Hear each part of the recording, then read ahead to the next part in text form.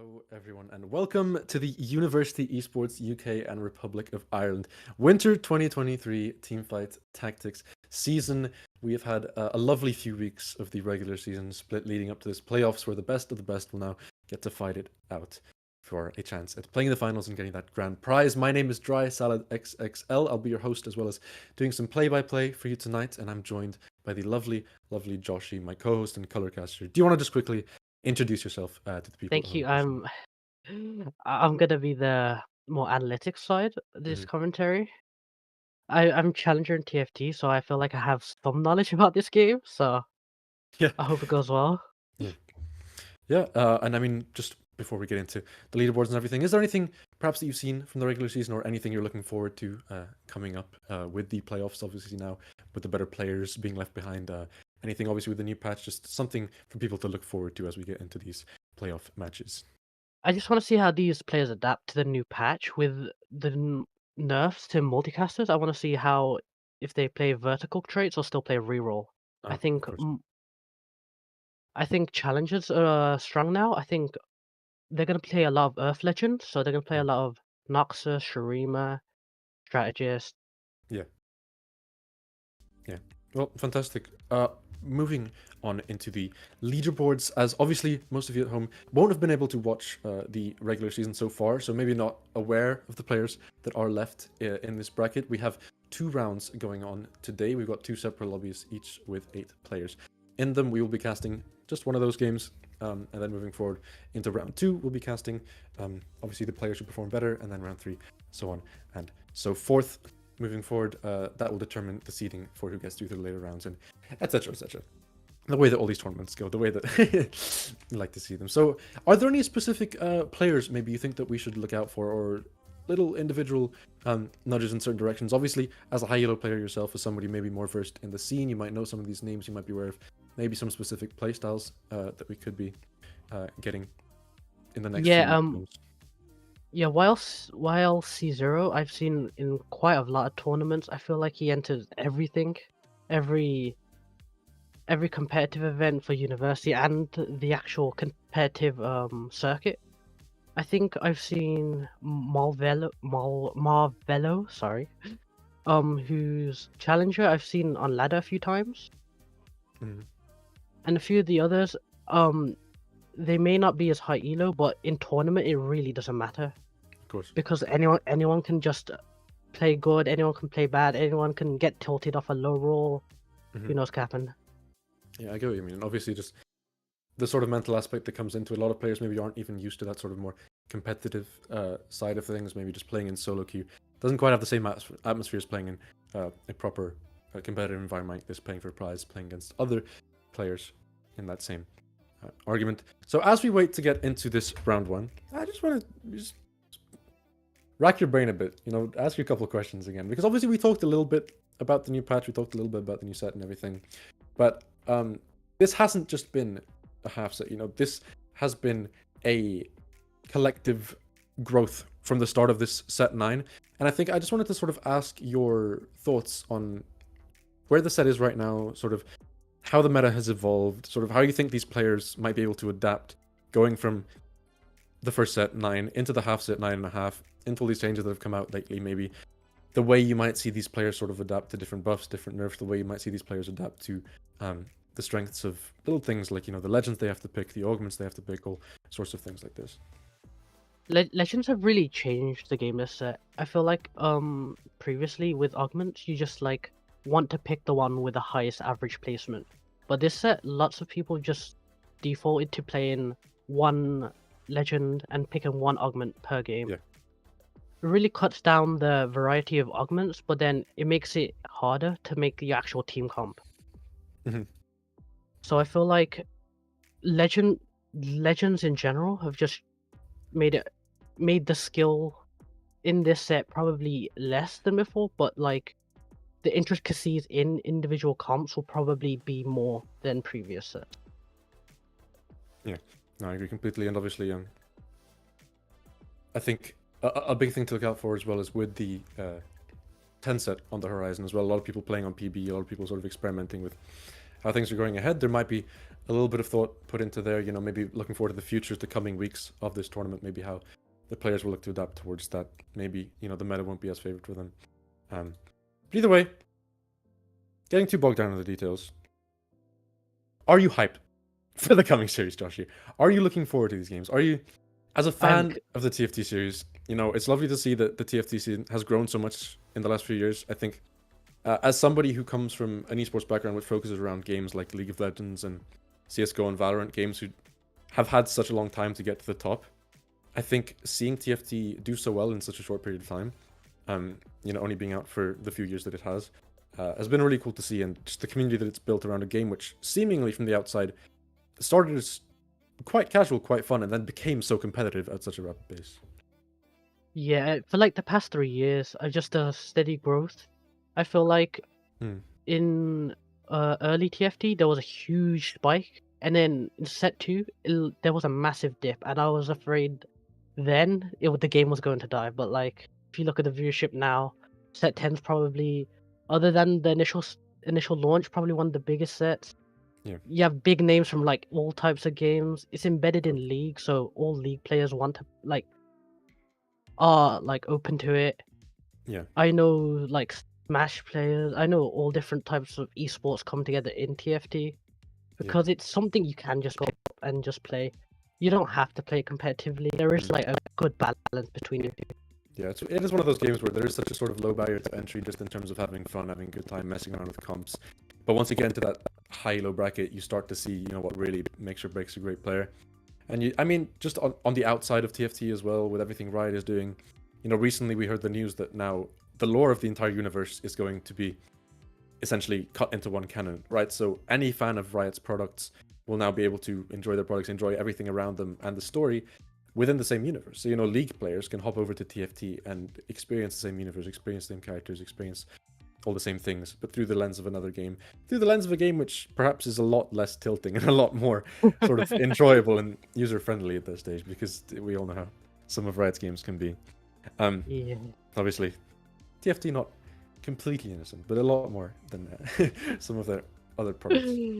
Aside from that, just your thoughts on I assume, obviously I don't know entirely your background, but I assume that you've been playing TFT for quite a while now, right?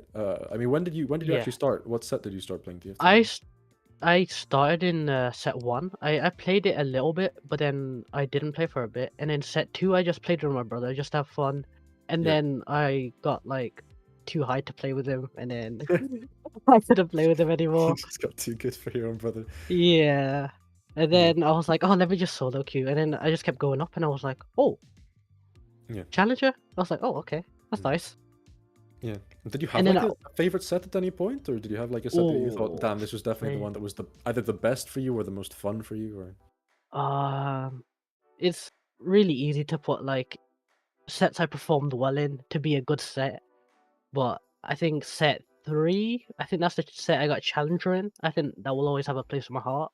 Yeah. Set 4 was really good, and I think it's either 6.5 or 7.5. One of those 0.5 sets were really fun. Was there any reason, or was it just like it felt the best for you, or like it was like? I felt. Okay. Fantastic. Yeah, lovely. So we should be just about ready to head into our first round, head into the first game. Players on stream, obviously a little bit into the game so far, so we'll have a little bit to talk about in terms of just what these players have picked, in terms of the legends, in terms of the map of choice, etc. Josh, going into this game, obviously you mentioned a few things. You mentioned about the sort of ways these players might start to play. What sort of legend choices do you think we're going to see? Do you think it's going to be quite uniform? Do you think some players are going to try and throw spanners in the works? And The obvious answer is that Earth's just gonna dominate. Just tailoring your emblem is just so powerful right now. But if you see, I've seen some Ornns, some Ezreals just to get that power in the early game. But and maybe TF just to try and get the Neela with 2 RFCs. Other than that, it should be standard. It should all be Ornn. Well, if it's not, then it'd be nice. Yeah, and as you said to me before, that build order comp with the Nyla carry around it as well. Some nice little low-cost units as well, like the Graves, etc. Yeah, it seems already on stage 2-7 into this game, obviously. Just a few little issues had to stall a little bit there, but we see the comps slowly starting to come together a little bit. First Augment, first Carousel have already passed. Some damage being taken by certain members as we head into this second creep round of the game. Do you have any thoughts, maybe, on the comps that you're seeing so far on your screen with Ooh, Witness, with that build order we setup that he's got so far, etc.? see Witness using Rise and Infamy. I think that's really powerful early game. It just gives you so much econ, and I think it's but gets you to level 9 very quickly. And if he gets lucky and gets some spatulas, who knows? He could win the game. He has bow and sword, so it's very good for a Nyla. Yeah, Ooh, it's Rift just Walk. Interesting. so Rift. well, we'll be building around that Cassidy then, I suppose, for this game. Yes, yes, we will. Trying to force. Maybe do you think we're going to see a Void 8 force, or do you think it's more just going to be trying to build around the Cassidy in itself? Maybe just 4-6 Void Champs and then build those I think key with items. Riftwalk, the best way to play it is trying to get like 6 Bastion, trying to Yeah, make it as tanky as possible, yeah. and it just go to your backline, one shot it, and then stay alive. Mm-hmm. It could be really powerful if you get 3-star Kassadin early on. We could see Yeah. a quick Pandora's Bench. Some silvers coming out, so not the most game-changing here. Just that Red Buff will cut down a little bit of healing, will do a little bit of extra damage for the team. That Bruiser Crest indicates maybe the Bruiser 8 force, but it looks like maybe can just settle for 6 as well at the same time. Ooh, level 7. Patient Study. Playing Mm. really aggressive here, trying to Mm. maintain the streak. Aurelian Soul Legend, not very commonly picked, but it's working out for him. Yeah. Obviously, if you can keep a high enough level of HP for long enough and get to those later stages of the game, it can go a little bit nuclear as well.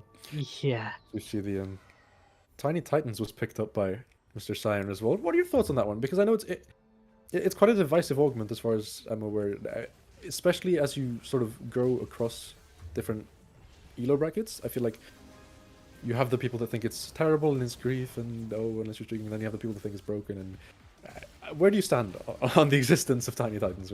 I think Tiny Titans, for being a silver, I think it's pretty good, especially with Piltover. Piltover just allows you to lose more, come back into the game, gives you a little reinsurance just in case you fight a high roller.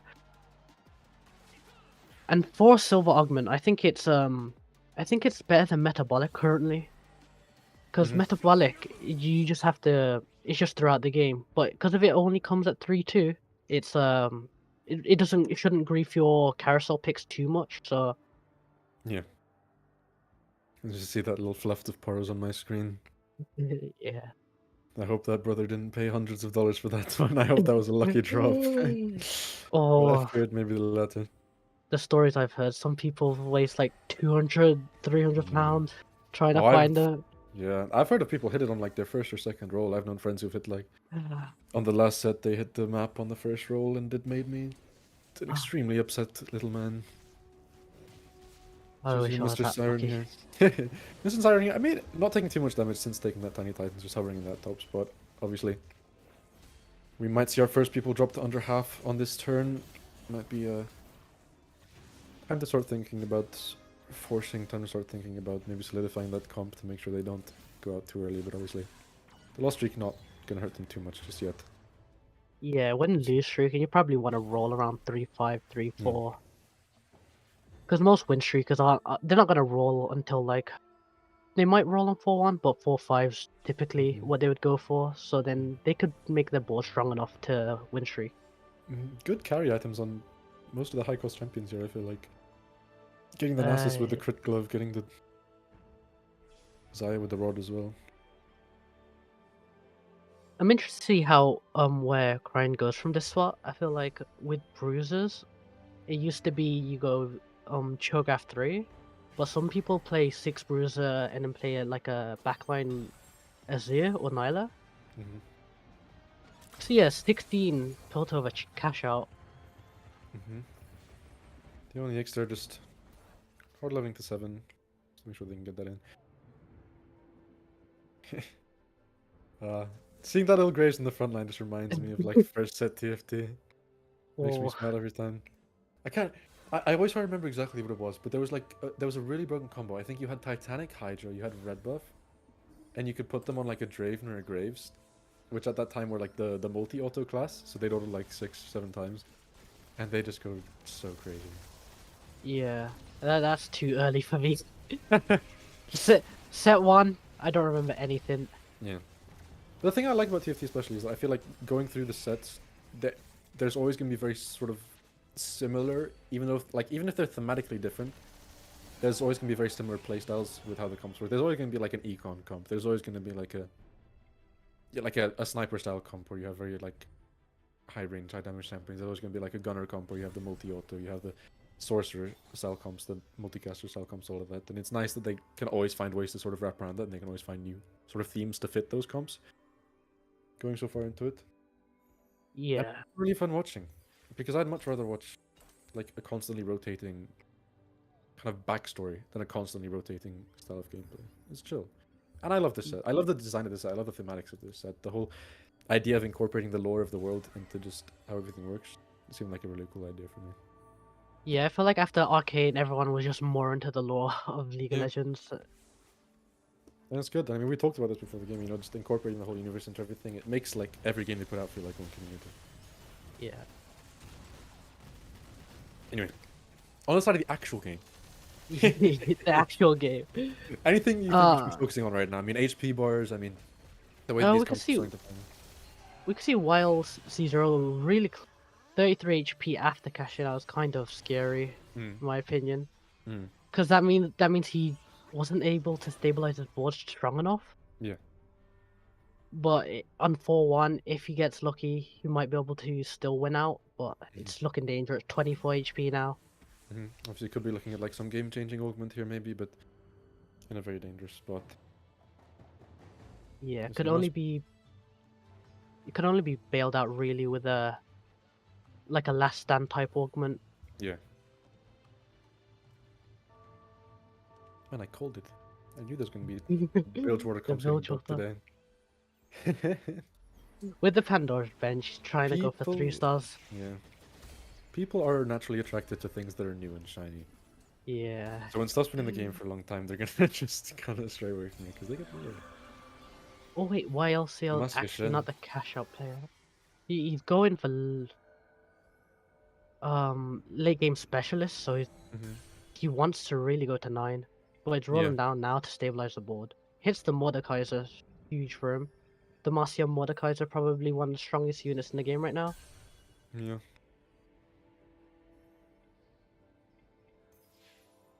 Obviously getting those resistances, getting the Radiant item as well, just so... Drops the Quicksilver on him.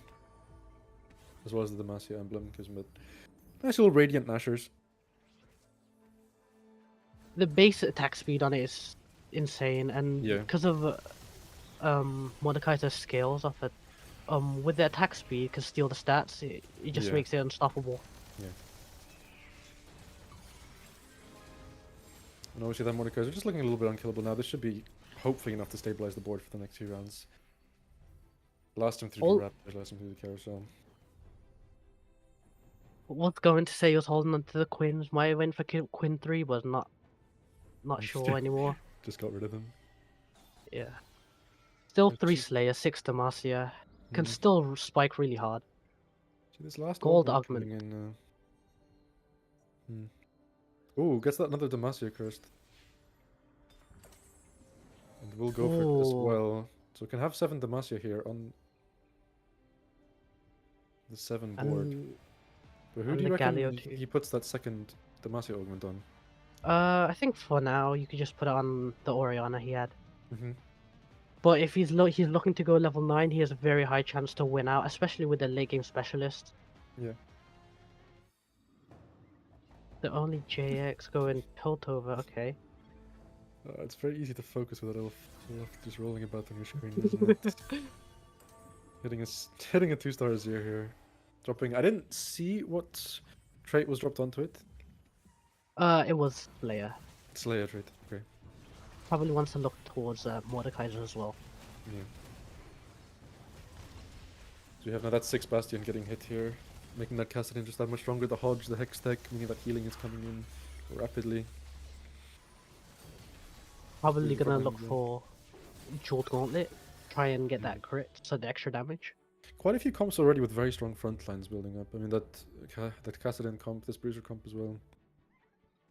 Build order comp staying quite solid in the front as well.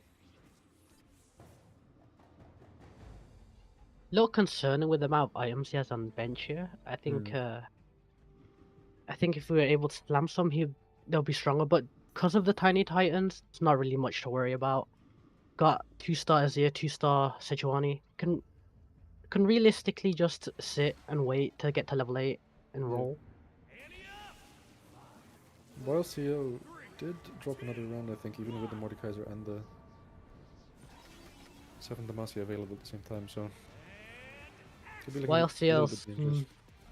is either gonna go first or 8 this game. Yeah. I mean, it's about surviving long enough that you can get those levels in finally. I mean, the double Demacia curse does help a bit because it means maybe you can drop one slot and full black on level 8, but 2 losses, maybe 1 big loss and you're out of the game, so it's looking very dangerous. This Castin's still just such a problem to deal with. With that Jinx 3-star and the Soraka on the chase. back as well. With good HP, he only needs three more Cassadins, and then he's got 3-star. 3-star, He's yeah. looking scary. It's looking scary. As we Good see, carousel. Mordekaiser there. well, Doesn't take it. I'm going for the Probably Giant's Bolt. Probably already has a Mordekaiser too then. Might just be trying some Hail Mary play here on 2 HP, trying to get to that Raptors at the very least. You see, the spat getting left all the way to the end. I don't think anyone in the lobby had a spat available, so we'll probably just be used for traits. Time ain't stopping, so you better not either. Go, go, go! We hit level 8 here, rolling all the way down. Ooh. Well, CL rolling down. Needs only 2 Mordekaisers. Could have got Mordekaiser too. Yeah. Unfortunate. Use that giant spell. Hasn't actually used that giant spell yet. Mordekaiser 1, Fiora 1. This is looking rough. He's really unlucky. We could see our first person getting knocked out of the lobby here. You see that 2-star Kaisa with the full build to the backline, immediately eliminating 2 people inside of YLCO. Mordekaiser and the Gal, you're just not tanky enough yet. I don't think this comp's going to be strong enough. If Kaisa can get another ult off here and clean out maybe 2-3 people, doesn't seem like This it. will be very close. It's the Fiora and the Kaisa locked in Oh. 1v1 here. Kaisa might get one more ult off and dash away. Aatrox coming out as well in the last second, but the Fiora does have a fully stacked Titans and that Radiant Sterix. And it will just about not be enough. Oh my god, that is so No. unlucky for YLCO. 1 hit away from surviving in the lobby. Probably wouldn't have made it too far after, but that 1 round could have been the difference. If you start to hit that 2-star Mordekaiser, the rest of the 2-stars, so sad to see YL go out like this, but not quite the end just yet, as we see. 7 people left standing in the lobby. Epsilon currently lowest HP. Mr. Siren with the Tiny Titans hovering at the top, still on 79 HP. It's tragic. He could have went first very easily if he hit Mordekaiser 2 and Fiora 2, but Did you think it was a bit of a blunder going for the Kai'Sa on the carousel then? Because it didn't seem like the Giant's Belt was used for much either. I think the Giant's Belt was still just sitting on the bench. I think it was, but I'm not sure if it was if someone was like hovering around it to like scare him from taking it. Yeah. But if it was available, I do think it was a blunder not grabbing it, because Mordekaiser is probably the strongest aspect of Demacia. Which, ironically, he's not a Demacian. He's not a massive unit. It does tend to be the case sometimes, you know, with those comps that are designed around building traits into hitting those big breakpoints like the Demacia 7, like the Demacia 9. Usually the strongest units, or like old Ionia where you'd have the Kaisa in the back line, or like Void where you'd have the Yasuo in the front line, those sort of things. Because of how well they work with the buffs. That Mordekaiser could have changed lives. Yeah, super unfortunate. He had good itemizations towards it as well. Having looked around the lobby, but do you think there's anyone that particularly sticks out as being in sort of a very good spot here with how the comps work, obviously? This 2-star Kai'Sa doing very strong on its own, but I think was UQ. I think Challengers are in a really good spot. Win streaking with the 2-star Kai'Sa. If they get Fiora 2, they're gonna be in a really good spot. And I think they could either go 9 or try and play for the win condition of the Kai'Sa 3. Because they are holding 4 Kaisers. yeah. So you're just 3 rounds away from the next carousel now. See if Holoby can make it. Who else will be knocked out before we get to that Elder Dragon stage? We see Mayo Q still. Quite a bit of gold to go off here. Just hovering around that mid-econ mark. Coming up against PRKRD with that Void 6 composition. Do you have a favorite comp you like to go? Right now, it's probably just the Marcia Mordekaiser. But I think that just comes from a point of I want to get as much LP possible rather than it's the most fun. Well, if you were just playing casually, just a normal game on a Friday night, nothing else to do, and you thought you wanted to try something really funny, something really chill, what would you build? I'd probably just play Piltover. Waiting for the cash out is just very satisfying. Yeah. Especially with if it's prismatic. I like trying to get 6 Piltover really early. Yeah, you see people rolling down a little bit here, one away from that 3-star Cho'Gath on level 7, not the easiest to hit, but I don't think many people are contesting the Void 1 costs, so should be able to roll into it at some point. Doesn't want to fall under the 50 econ mark just yet, though. Also has the duplicator for 3 cost champs and lower, so could also use that as well. As I said that, he is sending it down to 40. Does get a little 2-star Velcos off it, so not too terrible. I have a bit of a love and hate relationship with the Void comp because when I play League, I was a bit of a Kai'Sa main for a long time, so I love building this Void comp. But every time I lost it felt so absolutely dehumanizing, and I was contesting it every game, and I just wouldn't let anyone else contest it into me. Yeah, it really. If someone else is contesting you in Void, it's really hard to play consistently. Off camera, our second player of the lobby has been knocked out. That's Epsilon EU West, who will fall into 7th place. Meaning that going into this next carousel round, we should have 6 players standing as they look to hit their final breakpoints of the game. With PRK, with the Kai'Sa 2, I feel like Mewtwo is really unlikely to hit the Kai'Sa 3 then. Probably going to be a 9 for them. But if PRK is able to 3-star these units, I think they'll be in a good spot. Yeah.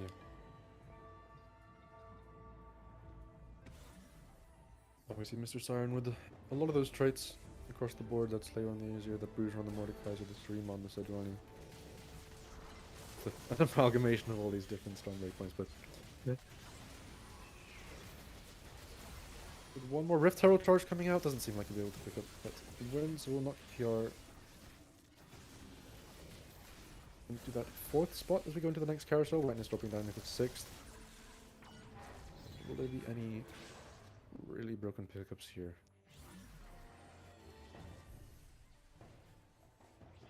So I don't think, as far as I'm aware, and I don't think people necessarily care too much about the Void 8 anymore. You can correct me if I'm wrong.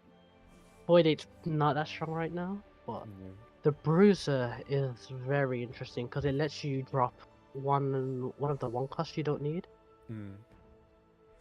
And as he can't go for Cho'Gath 3 because of the Void reroll, it really lets you play, and it's a Heimerdinger. Very strong. It's the Heimerdinger with a double repair medic so far, so slightly increased speed on the regen there. Double gargoyles on the front line Sejuani. It's a very beefy front line in general. With those 2 bruisers, we'll move the T-Hex around a little bit into that front line, get more damage off. And that 3-star chase is yeah. With also the Shimmering augment, I think that just makes the Piltover unit so much stronger. But with that and plus the 3-star Jace, I feel this board's super powerful. That GP should come in there. The Dark can respawn from the Aatrox, but won't be able to do too much. Those gunners just cleansing out the back line. And Boozer left. Landing. Nice, clean little win. For the only one. For the only JX. Surely, do I ask you to make a prediction already? Do I ask you to call it They like are in a good 5-6? spot. And they did come first place in the weeks previous. Yeah. Well, I feel like just looking around, because we've had a little look at every lobby, board so far. You see, off screen, just that Rek'Sai 3-star being hit, Nessus 2-star.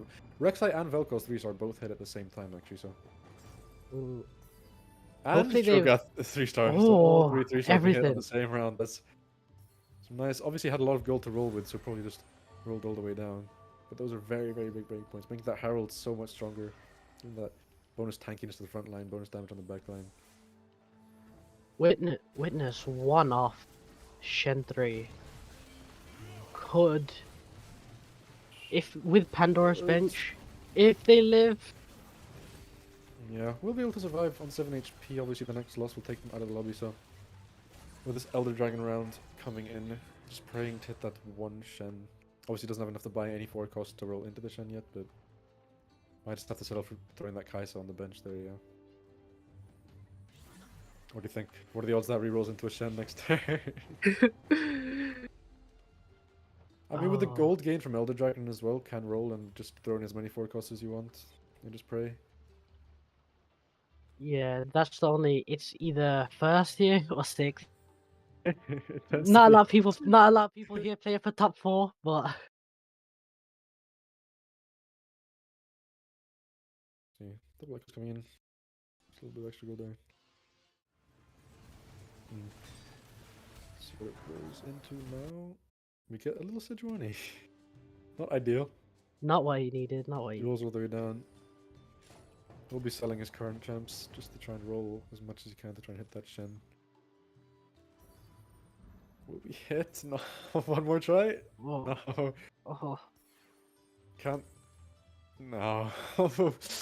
Rolled about 13 times there and wasn't able to hit a single Shen. Really unlucky. We'll just use that final item now.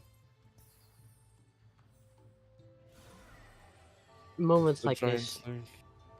In moments like this, you just feel like you've done everything you can. Yeah, I mean, it feels a bit unlucky, but obviously, level 8, not guaranteed to hit those 4 costs, not guaranteed to hit those 5 costs. The extra Giant Slayer on the Nyla just looks like it won't be enough at all as we get the It execution. won't be enough. Onto Witness. Unfortunate. Oh, damn, they did a good job with these animations, but that happens to me in game. I'm not going to be very happy. I can't feel good. Like, you've already lost the game and they force you to watch a cutscene. Yeah. Get serious. Sometimes I just surrender before the cutscene. So we get now into our final 5. We've got JX, Mr. Siren, PR, Vodito, and my Ook. Oh! Oh. I was deeply, deeply misled. Mr. Siren, they're getting absolutely nuked in the last seconds of that round. Leading us to our final 4.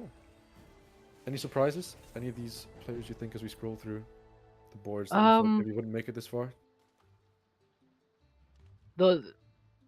Not really the main surprise. Why LC0? Before coming in, I knew they were a first-rate player. Yeah. I just didn't think it was literally first-rate. And seeing the 2 Shens, two more Shens. You have to say that this Bastion board looking really hard to deal with right now. Currently on a 5-game win streak. That Kassadin is nuking the back line and still pretty much full HP. Tariq not even under half yet, just about dropping now. Kassadin, see how many more ults he can get off before that front line finally dies. It goes there. Removing the Belveth though. Be huge here. With that Sprocket just pumping out healing from the back, that Archangel already stacked up so much, 125 bonus HP. Kassadin will go into that little stasis and start healing, and there's no match for this little Aatrox against the Kassadin. So strong contender here as PR gets knocked out in that round. The top 3 with Vodito, JX, and Myok, but Vodito looking really strong right now. Voldito has a really good matchup into only JX because of if he gets onto that Jace and one-shots him, it could be over very quickly. Mm. But with it having to be on the Ice Hex, the only JX could just put the Jace on the opposite side and should be fine positioning wise. But you could always just get unlucky and their casting just dashes there. Yeah, we see Mayok going against the ghost of JX here. Actually sitting on 9 HP right now, so any loss would probably be fatal at this point. Only that Fiora left is not looking too good as Mayok. Maybe just a little Heimerdinger in a 1v8 situation. Oh. Not looking too good at all, though. We'll drop to that -11 in the end. Not even close on that one, but taking that third spot, not bad at all. Anything in the top 4. Always feels fine this early into the game. As now heading into this final carousel of the game, Vodito on 16 HP, knocked off that win streak by JX, who sits on a 14 now, this last carousel. Picking up a Belveth, I think already has a 2-star if I remember correctly. Or maybe... I think that was UQ. Sorry. Yeah, of course, Mayoku got knocked out in the last lobby. But Vodito just tagging onto level 8 now. The only JX playing Gunners and the Peltover cash out with the 2 augments at the Shimmer augment, the Zorn augment might be too powerful even for this casting 3.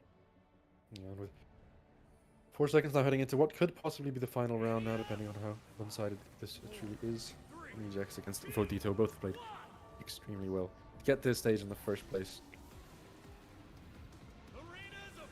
The score now, it's about whether or not they can break through that front line, get onto those gunners. Triple Repair-O-Matic complete onto the Heimerdinger turret as well. The GP ship just coming in at the same time. Pass it in, healing with the backline in a really strong way.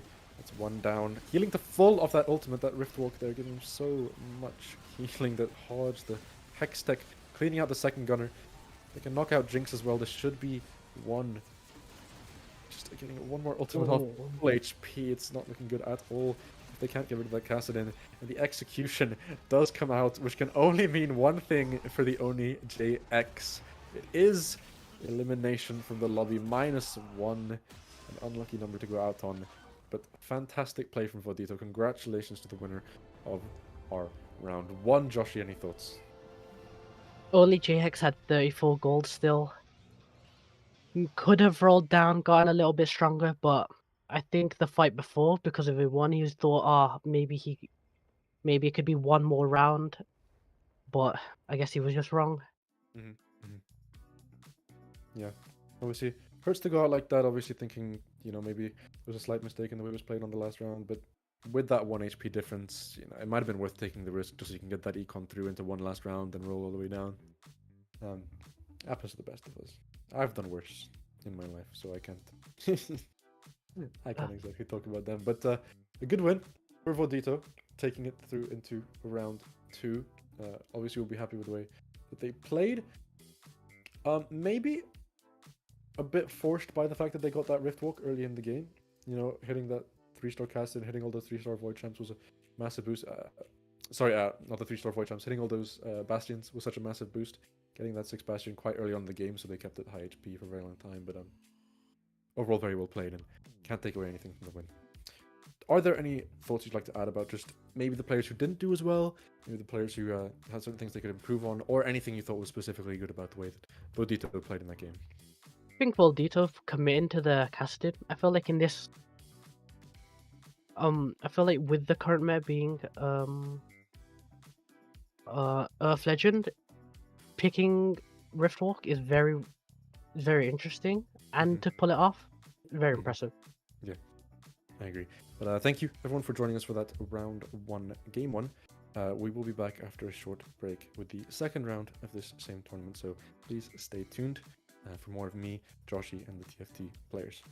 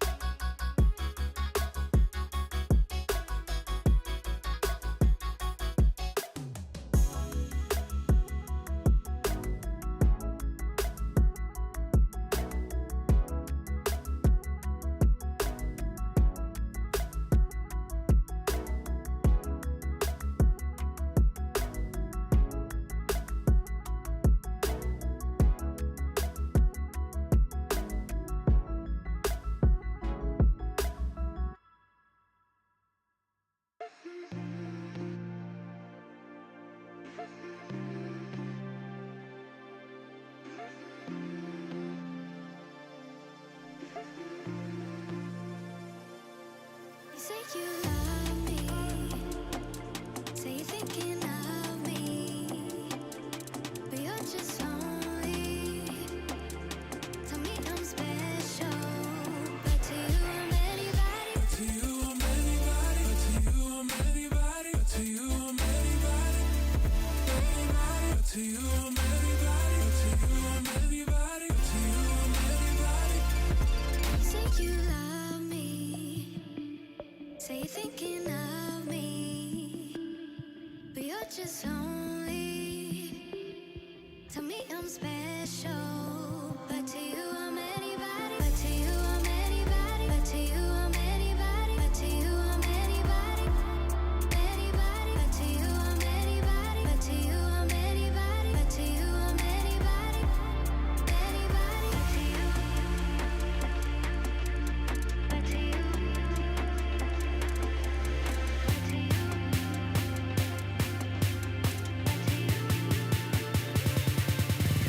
But to you.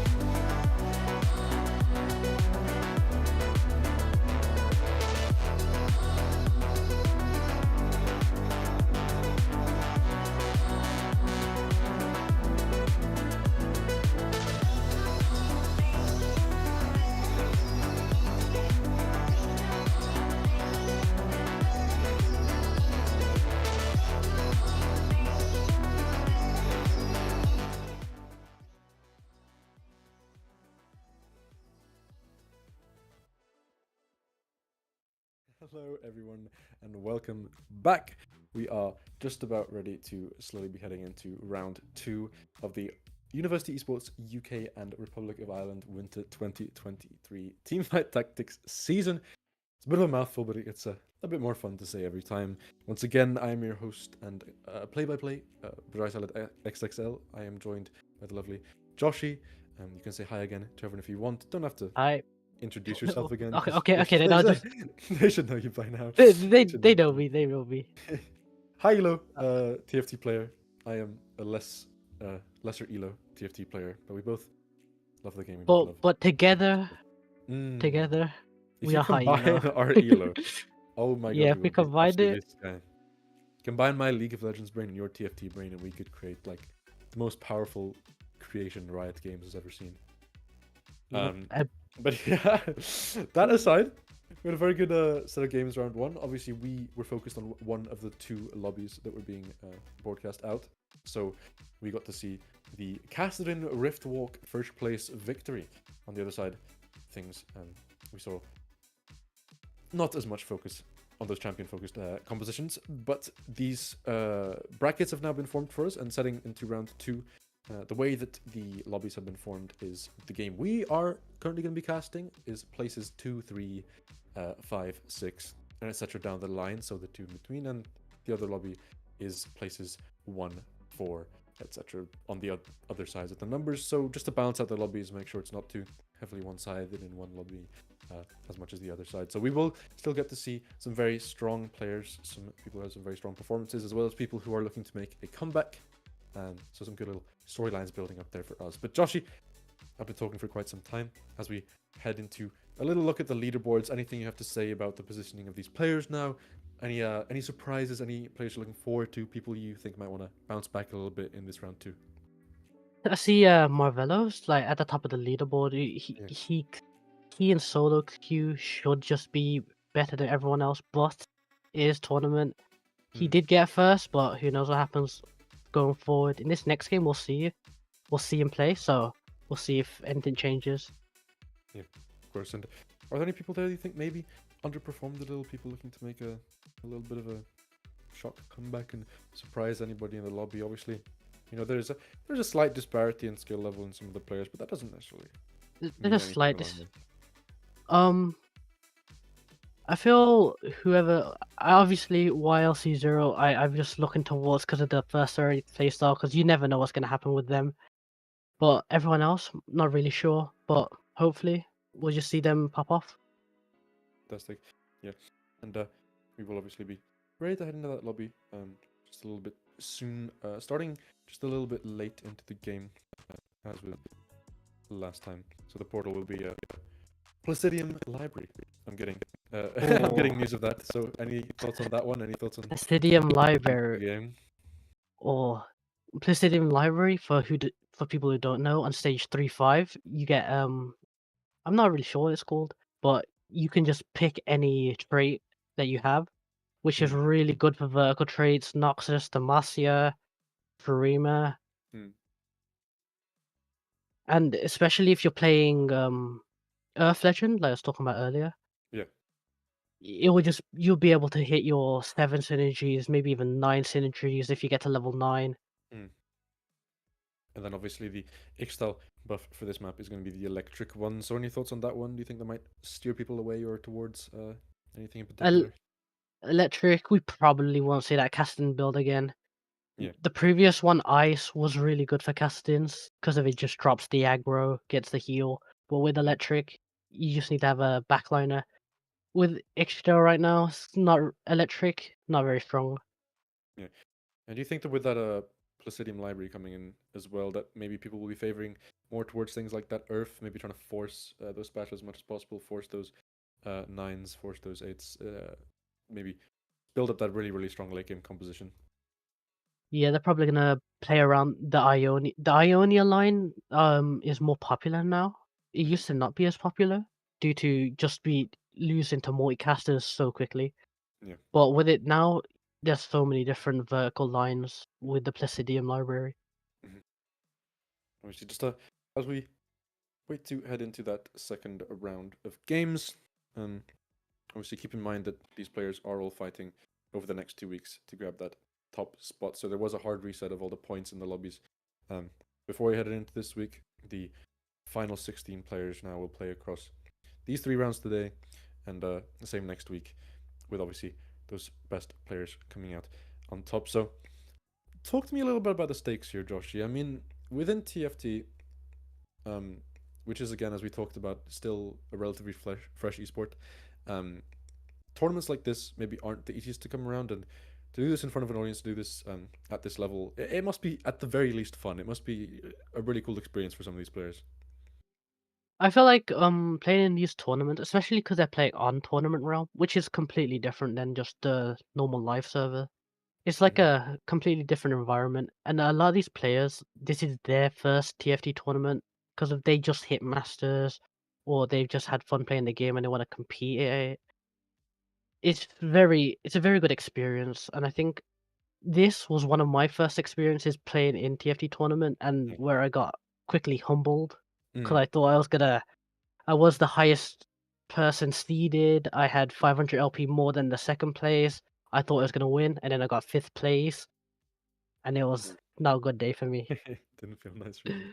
Uh, No, I can imagine. Obviously, everyone has that kind of competitive spirit, especially if you find something that you become really good at. It is so fun to just sort of share that with other people. But any thoughts maybe on perhaps the mental side of this on a more human level? You know, a lot of these players, either winning or losing, will have had something change about their mindset heading into the second game, right? You can't just completely mental reset and go from the same state from game 1 into game 2. So for the players that lost this game, maybe do you think there's anything they can do to sort of get back into it in a mental standpoint? For the players that won, how do they avoid sort of getting an ego, getting too overconfident, pushing through into the next round? Any sort of tips, any thoughts on either how you would approach that or how you think they should be approaching that?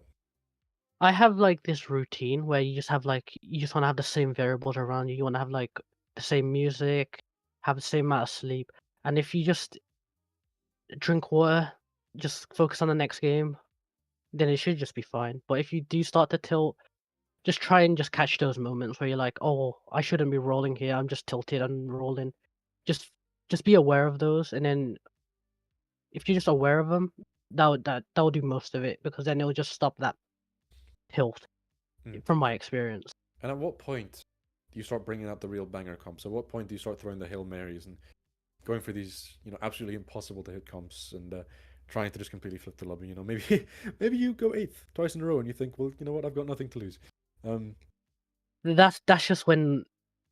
So there's actually a lot of spots for that. So you could trick yourself to think that this is the only thing you can do, but I think you should just do the. You can just do that if you're in that spot. If you feel that way, I think you should just go how you feel. Because if you go against it, you don't know what to do, and then you get lost.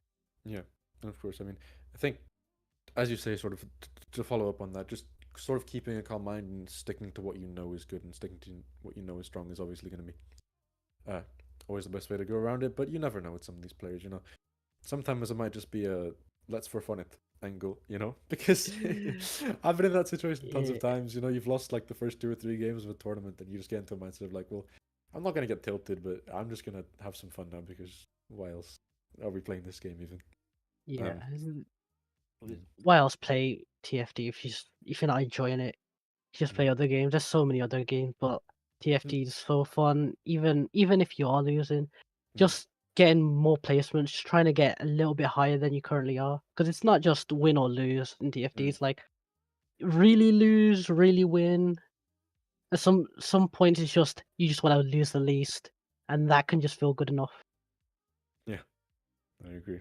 And I don't know. With TFT, it just feels like such a. Whenever I get tilted playing something else, TFT is just one of those games that it feels like I can come back to and be like, in a nice little safe space, which is weird for a competitive game. But enough of my little tangential stories, because I think we're ready to head into this game now.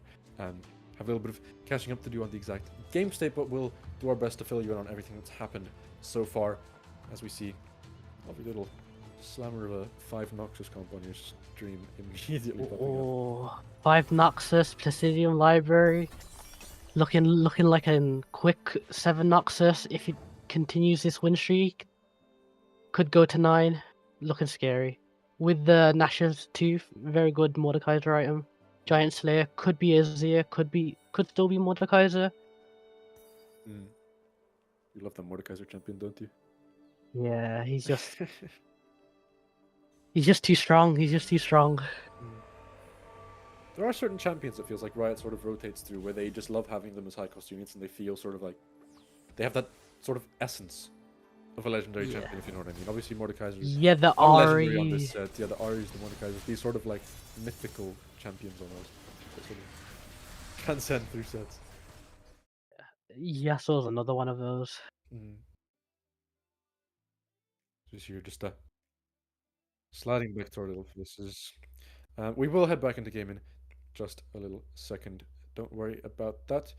For now, you get to see our nice little faces again. I mean, I don't think anyone at home has anything to complain about when they get to see the Joshy Salad duo on their screens for this long in one day. But yeah, obviously we saw some little snippets there. Obviously, you were mentioning how good that Noxus 5 is in the early stages. Obviously, a very favored win streaking composition for most people. As we head back into it, so once you see those win streaks start to roll in for that comp, once you get those bonuses rolling in, it becomes so much easier to tunnel that lead into something stronger. And with the really good late game units now, like the Mordekaiser, that just becomes such a threat to the lobby. With Noxus as well, because of after every combat win, you just get extra hit, AD, AP, and HP. So it just, if you're winning with Noxus, you just get stronger throughout the game. So it's just a really big snowball. Yeah. Of course, with that Noxus crest as well, so clearly funneling into that conversation, we get a nice little look at the Stormo here. Look at that little legend. What actually? That's a question I haven't even. What little legend do you use? I use a Popstar Melissa. I don't know what it looks like. I don't know how to describe it. I've just used it ever since and And you've just never changed it. never changed it. And then I kind of just felt like, this one's no one picks it. I guess it's mine then. Fair enough. I like rotating through, but I'm not the kind of person to spend like $300 on like a new. I've never been tempted to buy the chibis, but sometimes the chibis tilt me. So on PBE where you can pick whichever one you want, I always pick it. So I tilt my enemies on PBE. See, this Noxus comp still just holding strong here. Might be about to pick up their first loss with those big shields coming in. I say first loss, obviously. Just lost the round before this. Yeah. The Misfortune 2 is very powerful. This early on the game, having a 2-star free cast at this point. I feel like MF in this stage of the game, some people like to 3-star her, and I think it could be powerful. I think in Worlds there was a player who used to just play MF as their main game plan. So maybe they drew inspiration for that, but they also did have a Demacia spat, so they could just play Mordekaiser. Yeah. Sorry, I just want everyone to play Mordekaiser, don't you? 8 Mordekaiser comps lined up on the Rift. Which one do you think wins? One of them is Demacia, one of them is Noxus. One of them is a Freljord Mordekaiser. I wouldn't take the Freljord Mordekaiser.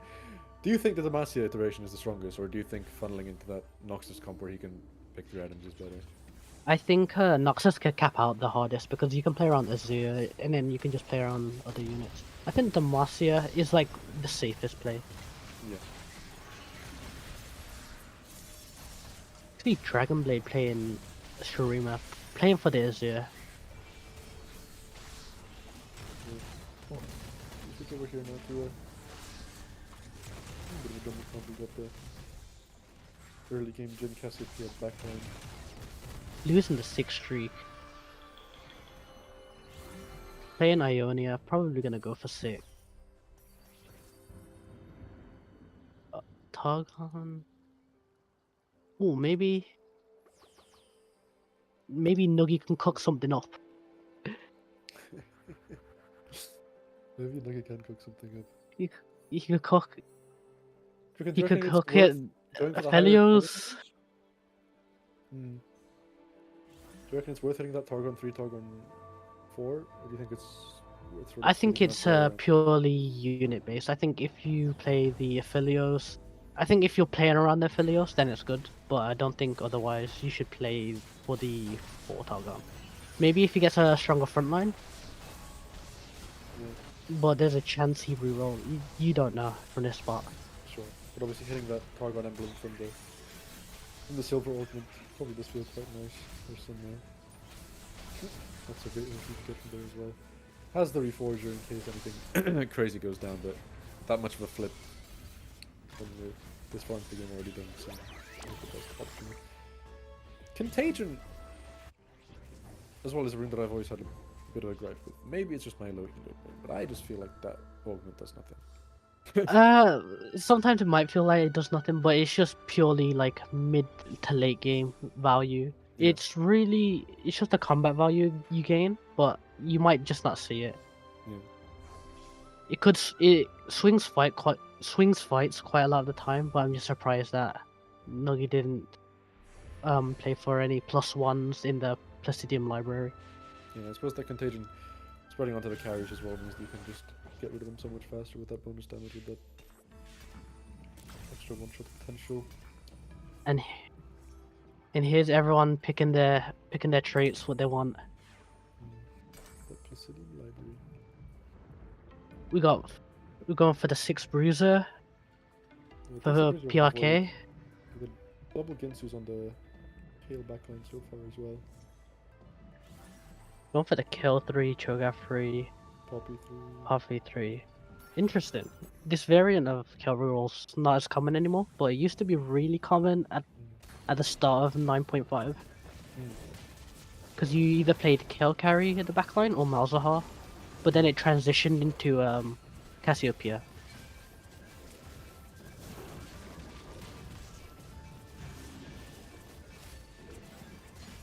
Dragonblade also might play reroll Void, so it might be hard to find some of these Cho'Gaths. PRK is on 20 gold, so it's not looking the best. They did win, but it might be a win-lose situation where you have no money and you're winning and losing. Yeah, I mean, this problem with these hyper roll comps is always just don't hit, don't win. Yeah. Obviously, still has some HP to play with, still has a little bit of gold to play with. Trying to maybe get that Renekton as well, obviously probably lower on the priority list, selling those two in the end to get that extra econ going into the next round. But Playing for the kill carry. Yeah. Playing for the kill carry, you kind of want to go to level 6 because of the extra shred that you gain. Because with kill at level 6, you get a shred, and level 9, you get 2 extra waves on a cast, on a auto attacks.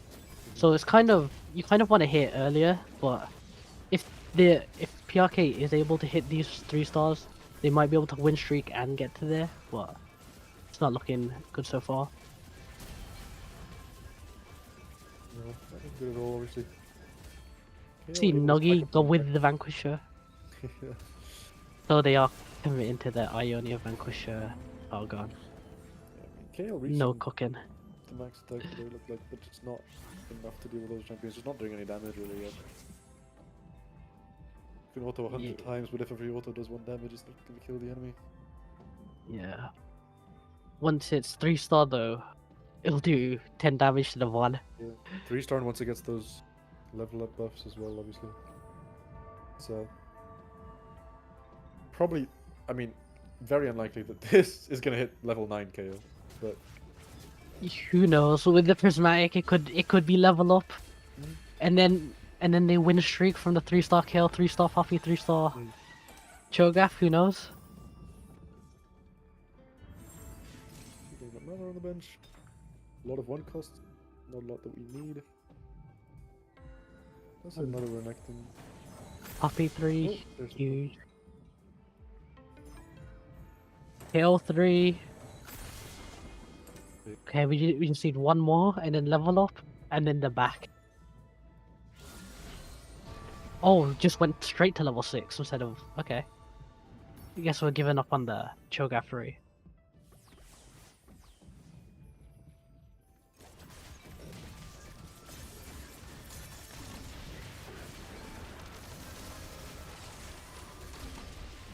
And now the kill with that radiant item as well as the 3-star just doing so much more damage.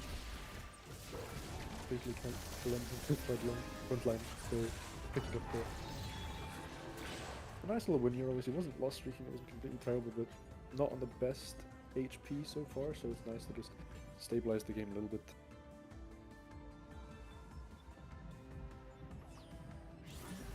If this is prismatic, it could change the game. Unfortunately, it's just gold.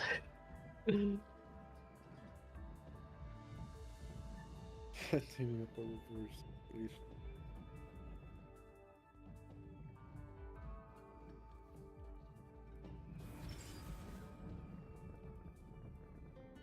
That library card Go. out for me.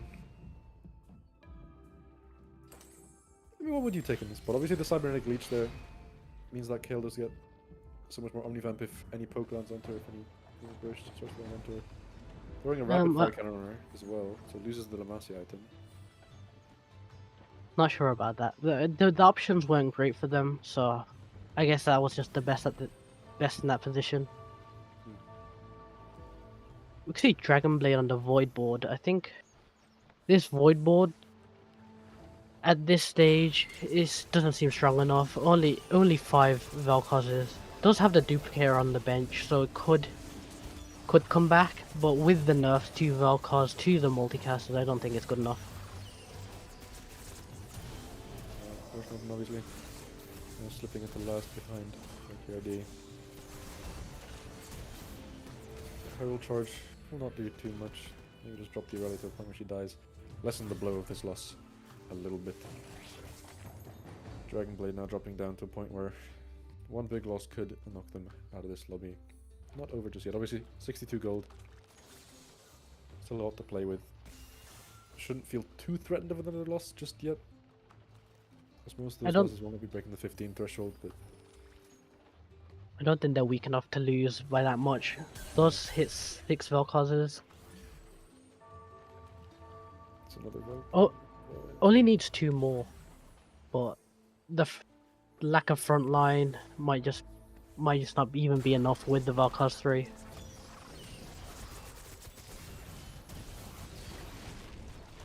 With Vel'Koz 3's, Gunblade's a really strong item because it just sustains the front line, and the main front line in this is the Shelly, but Yeah. with the sustain, it is strong enough, but going down to 9 HP, it's not looking great. What if this Jin ult is just enough to knock out the Vel'Koz? Unlucky there. A win there could have crucial in just keeping that extra little bit of HP alive, but drop down to 9 HP. Could technically still survive one round, but it's getting to Vel'Koz on the carousel. Does Only look good 2 as off well. there. Doesn't look like Dragon Blade? Oh, maybe. Just turning around the little fluff of barbers there. Turns around to grab the Vel'Koz too as well. Sion with a spat there. Could be nice to try and PRK. push it. Also, that denies everyone else in the lobby for that spatula, so... Yeah. I mean, when do you think it's important to focus item over champion or vice versa in these scenarios? Because obviously, I feel like there's a debate to be had over, like, you know, should you force a carry's item here, or should you really try to go for a 2-star, 3-star, etc.?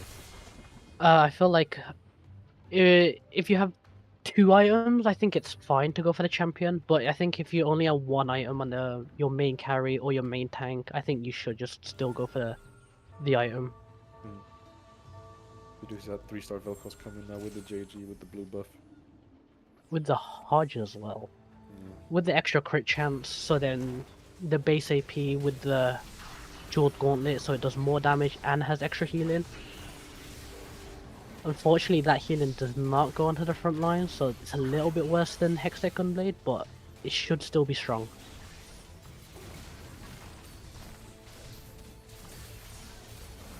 Marvello with 2 Cassiopeia 2s. Looks like they haven't found the Azir, so they're either waiting to find the Azir, or they're gonna try and just go for Cassio 3. Maybe just like Cassiopeia, man. The Vel'Koz, though, dishing out just enough damage to knock out both of them. Obviously, with the multicaster and the Vel'Koz ult hitting the multiple targets, just so much burst coming in onto both of them. Nice little win there. Keeps him on 9 HP. Obviously, the further this game goes, the more that 9 HP turns into 1 loss. But see the triple Sejuani's in the shop here. That could. What do you think? Would you sell that for this? Oh, the Sejuani 2 and the Azir 2 Azir knocks us 2, back. This could easily be a comeback if he finds Mordekaiser 2 and Kaiser 2. They're back in the actual game. Being 3 HP is like, it doesn't matter if you still win the game on 3 HP.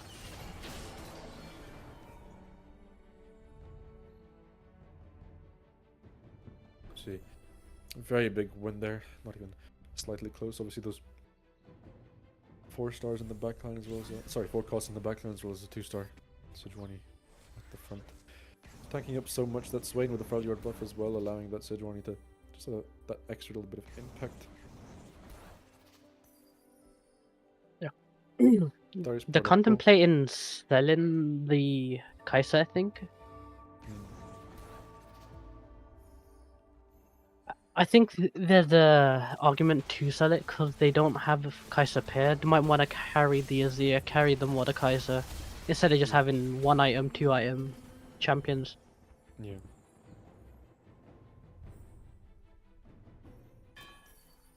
Has QSS, which is Mordekaiser's best item, other than maybe Nash's Tooth.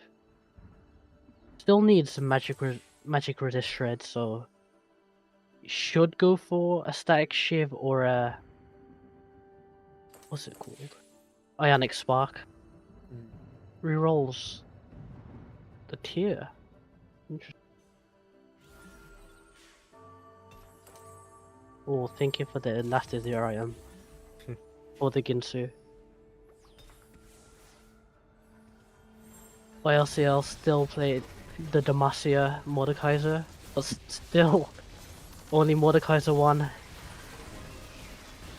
They do have return on investment and 2 Mordekaisers, so there's a chance that they're trying to play for the first again.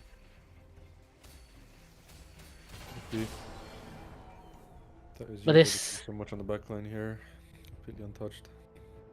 This is the Noxus, probably the best variant of Noxus playing around the Azir. Obviously, just being able to take into those other buffs as well, that hitting that 2 Freljord, 2 Shurima, 2 Challenger, 2 Strategist, just getting all those little buffs in which make this Azir so much harder to touch, so much harder to deal with. Oh, on the other boards you see YL0 hit the Mordekaiser 2. Only JX hits Aatrox 2. Aatrox 2 for JX. 2 Aatroxes on the bench here. Zeta as well. Not really hitting anything else though. Just debating whether the Kaiser. Oh, the YLCL on the 9 Demacia. Oh, the win condition.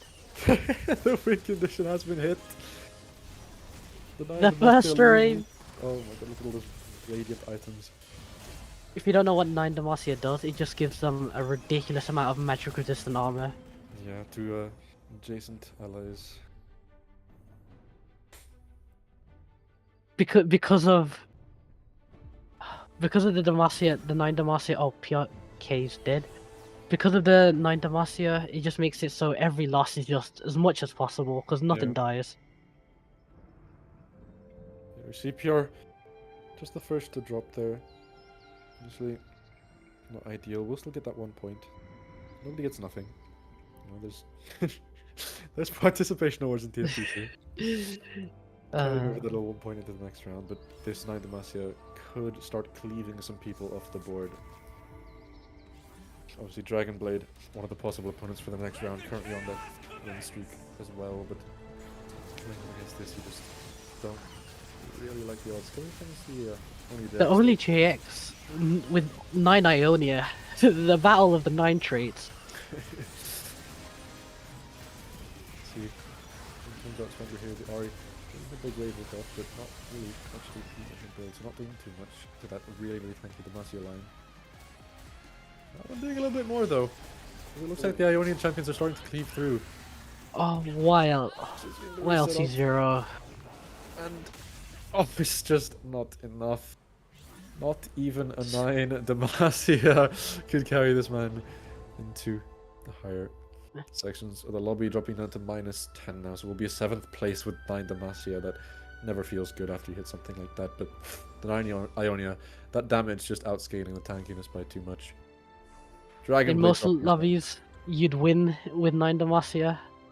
It's super unfortunate because of the nature of Placidium Library. 9 traits are just super common. Yeah. Especially with only JX going 9 super early, being healthy. 2 people drop out of that round as the carousel flies by. So we are now into the final 5 Ziti here. On that 7 Noxus that we were talking about earlier, still a very, very strong composition. Still very Holding strong, level but 3. very hard to win from that spot, I think. Being only level 8, can't reach the 9 Noxus. You're just trying to play for top 4, just trying to play for your highest placement. Get as many points as you can on the board heading into the next round so you can get that placement finish. Take a look at that 9 Ionia board though. 3 items on the 2-star Zaya as well have the R with the Jack, so we've seen her get 2 or 3 big waves off her fight, as it is just not even close in this one. Was a ghost ward, so no one dies here, but well, the HPs are looking really close. You see Morvello, who has dropped down to 1 HP here. No delay on the no delay on the lethality, so does survive through that round. Couple of people now, 3 people living on just 1 loss, so very likely we'll see someone get knocked out on this round. Only JX holding on to a very strong lead in the top spot. 38 HP with the 9 Ionia looks very hard to deal with from this position. And in this position, you just don't want to be the person to fight the only JX. Yeah. Because it just feels bad, because in that spot, you can't do anything. You've built the best board you can. And you just fought someone who's just infinitely stronger than everyone else. Yeah. Let me see. It will be Zeta. Who was win streaking, was doing all the Noxus comp, but just not quite enough to deal with this 9 Ionia, so we'll slip down into probably the 5th place position. Remains to be seen what happens with Marvello, but I don't think they can take as heavy of a loss as this. Oh, 2 units. So it's -15 for PK Zeta. Marvello down to -13, so yeah, 2 HP above. Just about clinching that 4th place position, which is big because it's the difference between getting 4 or 6 points. Marvello will get those 6, which puts him up to a total of 15. And I believe that Vodito, who won the first game that we cast, also came 4th, which means that both Vodito and Marvello tied on 15 points at this point in time, both going 1-4. Not as shiny as gold. The lobby will slowly Silver's start to pretty awesome. fill itself out with these final 3, Nuggy, Witness, and the only JX. The only JX, just trying to get that RE2, just trying to cap out the board. Yeah, I will say At very, this- very solid from the only JX to start off, because finishing 2nd in that first game into now clinching at least top 3, probably looking at 1st. That is going to be 17 points on the board already from those first 2 games in such an incredibly strong start. Fighting the Vanquished Zaya as well. There's only one that can be at the top though. Itemized towards the Karma. The Karma... Ooh, this fight's closer than expected. Oh, this Calm ult doing quite a bit. Obviously still on full HP, and it looks like the Zai is the only one left standing. Does get rid of the Karma, so we'll be able to just, with that Aatrox respawn, clean out the Rise, knock some sense into Nuggy, who might have thought that they had the win there, but Witness being taken out as well, so that's 3rd place picked up on the board. Not a bad result for somebody who picked up only, I believe, 3 points from the first round. Whereas the Oni JX now, with this clinching at least 2nd, so at least 8 points, meaning the minimum they can get overall from the first 2 rounds is 16, which is incredible out of a possible 18 from those first 2 rounds. So very strong, sort of consistent performance so far. Obviously, Placidium Library into hitting the Ionia 9, very, very good, possibly fortunate, but hey, sometimes you just have to hit. The karma just obliterated the board. Oh dear, the Carvel just nicked, but There is a chance. There is a chance. It seems. With the Rise 2 recently hit, that might have been the difference. Mm. The Ionia Rise with the attack speed. Shen was holding on for a very long time there. Pulling out the Aatrox at the end as well, but obviously Commerce is a bit too strong. The Oni Jax dropping now to 23 HP, probably still has 2 losses in him to get through to that carousel round, but wants to end this as quickly as possible, you'd argue. This could be the difference between not playing for Vanquisher. The Zaya's not able to get as much damage off, and I think the Aatrox doesn't really do anything, so I think for Vanquisher might be the difference for the only JX. Yeah. And do you think you changed anything about the way that they are positioning their boards here? Or do you think it's sort of a bit straightforward and just have to pray that their team pulls out the better fight? The main thing against the Karma is to avoid clumping your units together. I think the only JX's position are much better than earlier, because now the units aren't as close together. As I say that, the Karma taking out the Zaya. And it just seems like this comp with this 9 Ionia that was maybe just a bit too tunneled on that, and could have found a way to slip in that 4th Vanquisher. But we'll get one last chance here on the final carousel of the game. This next round will probably be the decider. No Vanquisher emblem on the board, but let's have some good units to choose from. I think Nuggy was trying to deny the Giant Slayer from the only JX because of the only JX has 2 Ari items, and I think he was just hovering over it because of he wanted a different item, but he wanted to mainly deny the Giant Slayer, which is an interesting play there. Obviously, being already in like a winning spot here, cares more about neutralizing the chances for the JX to come back into the fight. As we'll head into what is the final battle of this game. 5 HP on the Ionia JX, that 9 Ionia comp, versus the 6 Ionia 4 Vanquisher. That bonus damage, that bonus crit just seems to be pushing Nuggy over the edge here. The only JX with the RE3 ult, it's looking very close, but it's not enough. The Nuggy held on for so long, but the only JX, the 9 Ionia was too powerful. Yeah, and I mean, very good showing from Nuggy there. Obviously, 2 variations of that Ionia comp. Obviously, 114 and the 9 is one focusing more on the Vanquisher damage. That Karma got him through so many rounds, pulled him so close, 12 HP away from that victory, 1 round away from that victory, but just not enough. And that is a huge game for the Oni JX. 17 points now out of a possible 18. Only 1 point dropped over the course of 2 games. Any big takeaways from that one, maybe? I think Placidium Library for Earth players it's just a must portal. I think you just need to get that +1, and if you can get to level 9 or get a Force of Nature and get the +1, I think you should go for that. I think also the only JX in that last fight did play for Vanquisher and drop the Aatrox, so I think that made the difference in that last fight. Yeah. And of course, as it stands now, just to give people a little rundown of how the leaderboard is looking, obviously we'll be on the right of me as well, but going into the 3rd round, currently we have the only JX in 1st place with 17 points out of 18. Then 4 people tied on 15 points out of that possible 18 with Vodito, Marvello, Mayuk, and Nuggy. Obviously, all showing up well in the last game as well. So it'll be interesting to see how those top players perform heading into the next rounds. Those bottom players still in with a chance of making a comeback before next week's games, but some ground left to gather up. So stay tuned as we head into round 3 after another short break and some time for us to rest before we get into the last game of the day. Thank you.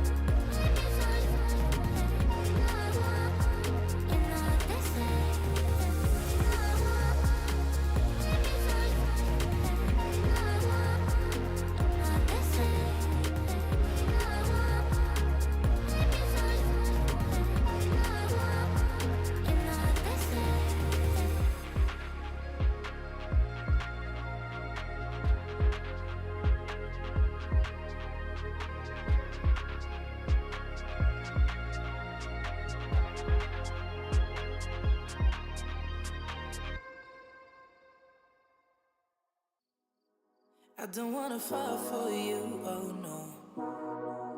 But you make it so hard. Watching you dance all night, baby, is making me fall hard. Trying to take a deep breath, but I just can't control my lungs. Ooh. Trying to hide my cold sweat, but I just keep on talking in tongues. It's a funny situation that I got myself into. I can't help my own frustration, 'cause I think, yeah, I think I like it. I think I like it.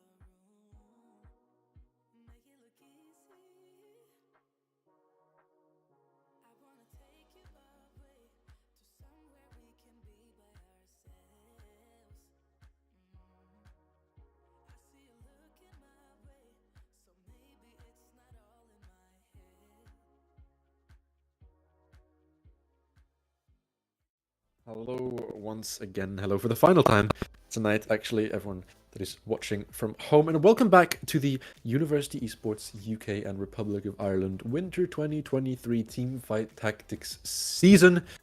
Somebody put that on a poster because it's getting really hard for me to say. Just have that next to my name or something. Welcome back. We've had 2 fantastic games of TFT so far. The lobby's shaping up pretty nicely. We've got some people on the higher end at that 17-15 point range, some people on the lower end at 3-point range. My name is DrySaladXXL, George Townsend, and I'm back with my lovely duo, Joshy. Joshy, any thoughts on how things have gone so far? Played out a little bit off the track of what I thought. I feel like the first game, seeing the Kassadin winning the first game, but then game 2, it just came back to what I thought was going to happen. We were just going to play for the 9 trades, the Noxus 9, the Ionia 9. But who knows what happened in this third one. Really dependent on the portal, but we'll see. Yeah, of course, and obviously just to rerun through the lobby as it stands, I'm going to do all 16, because why not? Everyone deserves a little time in the limelight. We've got in first place so far with 17 points out of 18, the only JX dropping down to 15 points. We have a 4-way tie between Vodito, Marvello, Mayuk, and Nuggy. Dropping down then to 6th place is Crowd Ace with 13 points, tied on 10 points are Witness and Command Attack. On 9 points is Mysterious Hotbo. On 8 we have PK Zeta. On 7 PRKRD. On 6 Mr. Siren GLPX, Epsilon E West, and on 5 points Dragonblade 64. Before bringing up the rear is YLCO, chilling on 3 points. It's super unfortunate being on 3 points. Could have easily been in the upper end in the 15-13 points. Yeah, but obviously it's all down to the top 8, so everyone still wants to keep going. No one's eliminated here, so everyone still wants to get to the top 8 position. Yeah, I mean, obviously anyone getting into that first place, even, you know, that could slingshot you from 16th into 7th or 8th if you if you perform well enough. So we'll be looking towards those break points. But I think we are just about loading into the lobby as we speak. So we'll be switching over into the game stream, and we get to show you the selections. I love this. I mean, you haven't got to talk about the selections yet, but we'll actually see what the map picks are. We'll see what the legends are. So I'll let you take it away a bit here, drop some knowledge on us for a little bit, brother. Okay, Shifting Sands, Jay's Workshop, Water Dorks. I feel like Jay's Workshop is most people might lean towards for the prismatic augment, because of you could hit the two traits, the 2 Noxus, 2 Ionia. But we can see everyone picking something different. Got 2 people on Shifting Sands, 2 people on Slaughter Docks, 4 people on Jace's Workshop. Yeah, I mean, look, it's no secret that I'm an absolute lover of the Jace's Workshop augment. And oh, it gets picked up. Oh, it's there. Oh, it gets. What a good day. What a good day. As we see him. Everyone's gonna go for their prismatic augments. For the Earth players, gonna go for the 2 traits. You see him. PK said it on the Poro. What do you think about the Poro legend?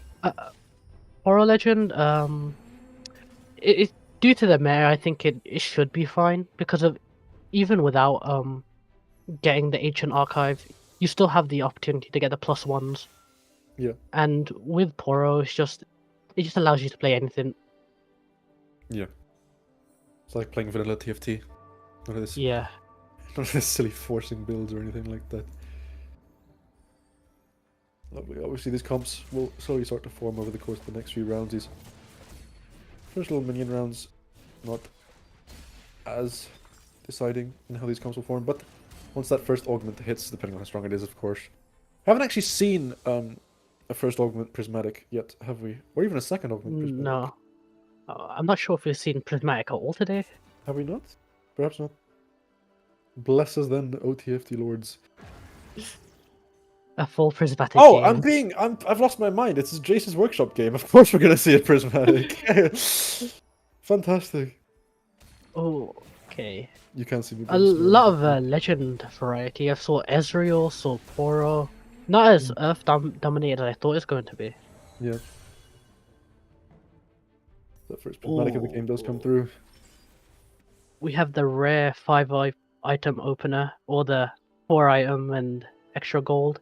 And it is the prismatic, so let's see what PK picks. Rolls into a cursed crown. Rolls into AA2. Let's drop the training dummy. There is the ancient archive. Let's go on for the training dummy. What does it get? With the Radiant Virtue, the chalice, okay. Oh, We are buffing the stationary dummy, if you're a nerd, is actually really high in the stats. Probably due to the support items being really powerful and being able to play it in multiple different comps. Mm. With this one, I think it's a bit counterintuitive because of you want the dummy to die, but you don't want your AP units on the front line, so I don't think it's that great, but it could still be decent.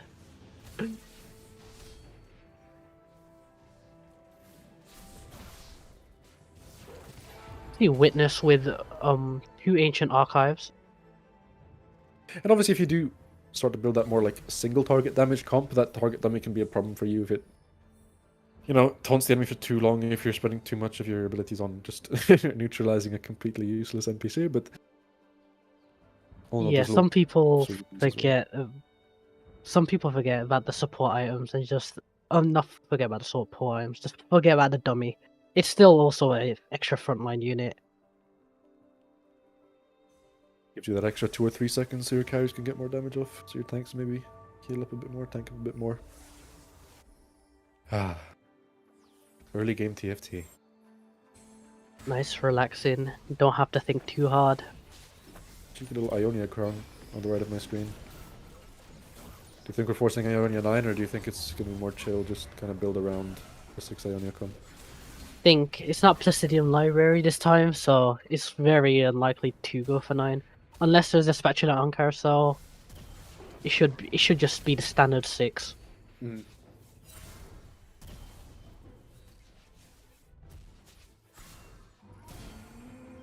The Karma 3.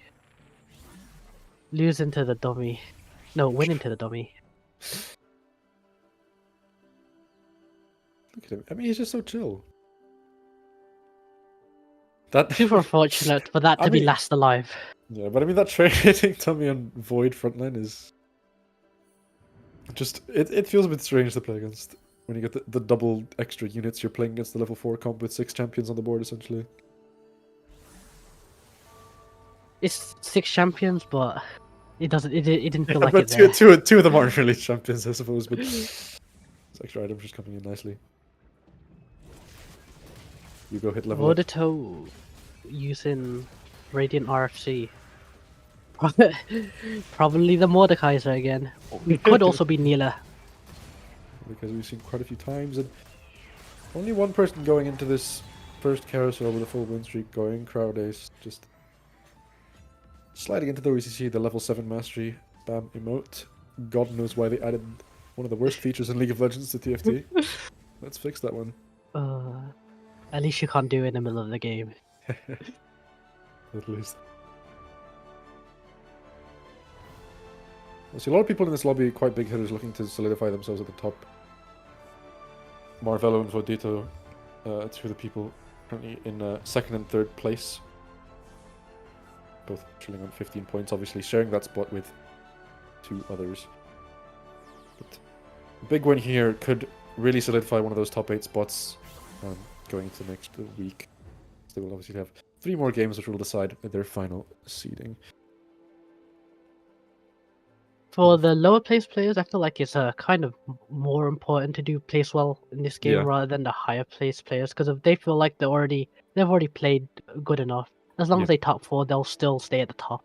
Yeah. I suppose playing it safe and just trying to get points and not drop into 8th was a nice little way to secure yourself going into future weeks. A lot more risks have to be taken once you're at the bottom of the leaderboard. Or you can still play it safe. I mean, we talked about this a bit earlier, you know, you might just stick to your guns and think, no, I know what I'm good at, I'm going to try and just win my way and hope it works out this time. See, double Bilgewater emblems already from that Ancient Archives. Coming in nicely here with that 5 Bilgewater buff. Jinx doing her thing on the back line. If they do get to the level 9, you know what's gonna happen. Getting the 9 Bilgewater is probably the best win con, but not win streaking, not having as great gold, could be tough. Agree. Marvello on a 4 loss streak, looking to play Mordekaiser. Super important if he wins this round. I don't If he wins this round, could ruin his gold. If he loses, it's really important he fights a strong opponent here. I don't want to hear you say Mordekaiser again, brother. He has the QSS. I'm gonna kick you off this call if I hear you say that champion's name again. Okay. This one here. That Ancient Archives picked up by about 50% of the lobby. I'm starting to think. Yeah. It's so good at There was first. 50% of the lobby picking Jason's workshop, so they were all playing for the same things. And he does get the 5 streak. Heading into that Krugs round with that win streak still active is so huge. Crowd Ace. Marvello on the other side with the 5 loss streak. Opposite comes that Sona Kale frontline. Not the strongest in the world, but obviously intentional. So we will now throw in a bit of a stronger lineup to make sure he secures this Krug round. Now, call me silly, but I don't think I've ever seen a pro player lose a Krug round. There's been some. Interesting. I've seen quite a few. I think I've lost the Krug round. It's usually when you play like something like Piltover, where you want to lose, and then you like, I need to make it strong enough to beat the Krugs. Yeah. And if you do, yeah. But if you level to 5, it's pretty much guaranteed you win. Yeah.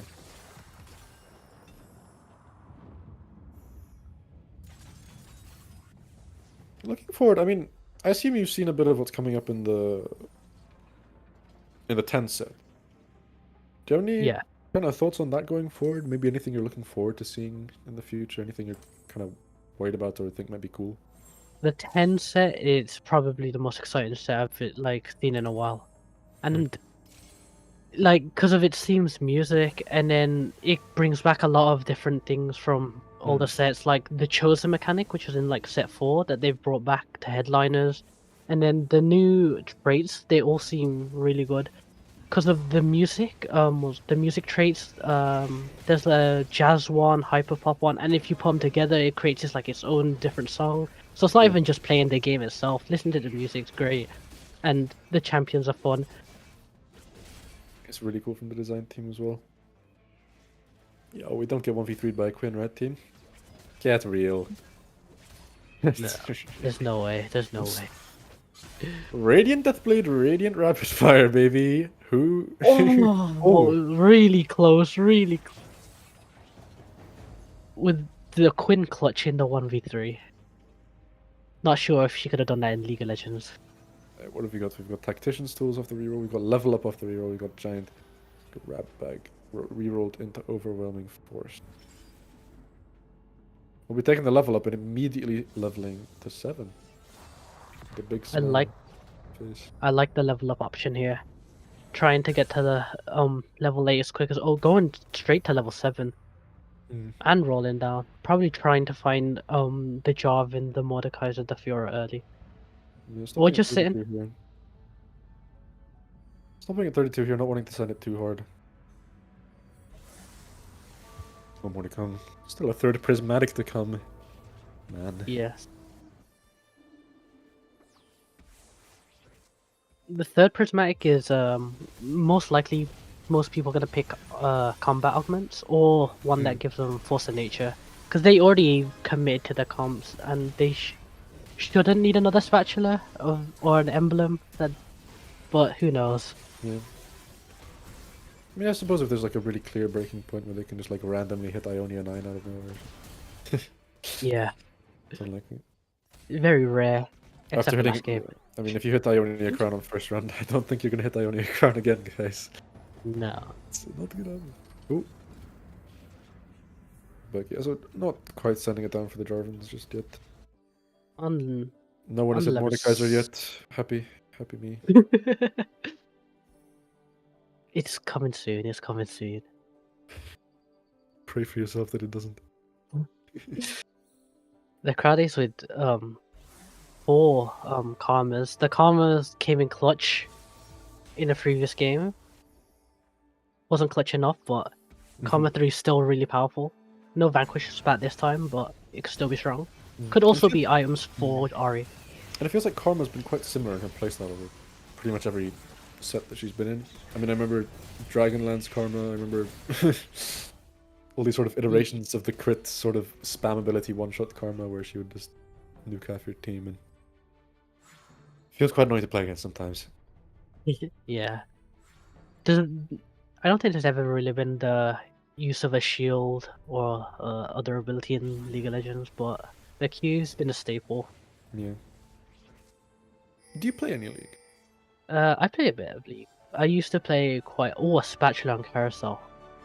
That's very interesting. So this could change the prismatic choices a little bit, maybe. Oh, for the Ionia players, I think it's probably Ionia Noxus. I feel like Marvello didn't get it because of he was playing a Demacia. There's no craftable for that. Yeah.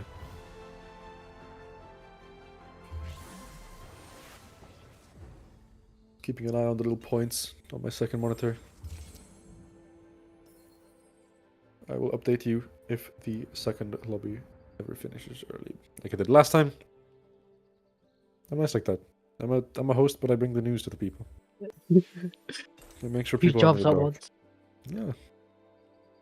Karate still holding on to that nuclear win streak. Obviously tagging in about 6 traits right now with the 4 Ionias available. That Jin, so strong in the early game with that ultimate, that Karma as well, almost ticking over onto 3 items. Last Prismatic's going to be really big for these win streakers who have a lot of gold, or the level up players who can get to level 9. That's really the main win condition right now. I feel like it's that or 4-star, 3-star, 3-star forecast. But I feel like no one has that much gold for that win condition right now. When it looked for a while like Proteus was going to tank his first loss there, but the Karma just coming in clutch, cleaning out the Silco at the end as well, so PK loses their win streak instead. Karate is holding on now to a 9-game win streak, just 1 gold off that 50 econ as well. Heading into the Wolves round, if they win this, that could be absolutely ginormous. Are you more of a win streaker or more of a loss streaker? I think I like win streaking more, but I'm more in the position of lose streaking. It's very unfortunate, but learning to win from lose streak is a lot harder than winning from win streak. Yeah. You heard it, everyone. Challenger players lose just as much as you do. Oh, Epsilon with the cursed crown. Try and go for the early 9 Bilgewater. And maybe the first loss here for Proud Ace, as well as not taking over into the 50 econ. Just selling off those supplementary Azirs that were lying on the bench there. We held. Armor Into the was Wolf unable round. to clutch. Yeah. Not back-to-back rounds for this freak. With Wolf round, into a couple more fights, into the final prismatic of the game, which will probably really solidify these sort of 1 to 4 positions, depending on who hits those really nuclear prismatics. I'm taking Golden Egg if it lands right now. Golden egg. Yeah. If I was in crowd A spot, maybe. But if I'm 1, 2, 3, 4, 5, 6, 7, or 8, I'm taking Golden Egg. Yeah. It's like a legal requirement for me. And I got block nose from you. ah, Hold on. that's unfortunate. I made like a nice little soup as well. It was like steaming my nose. It was like unblocking. I had a tea before this to try and block my nose. Oh, what kind of tea? We're just rolling down with the golden ticket, trying to find the Azirs. Finds one. Still holding on to the Toma traits.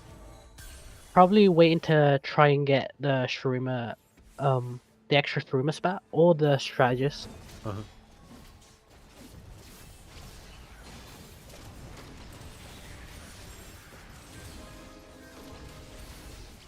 Going off against a multicaster board. Multicaster Nico. Okay, they're cooking. I mean, you were telling me before this how multicaster is not in the best spot right now after some giga nerfs got dropped in their head.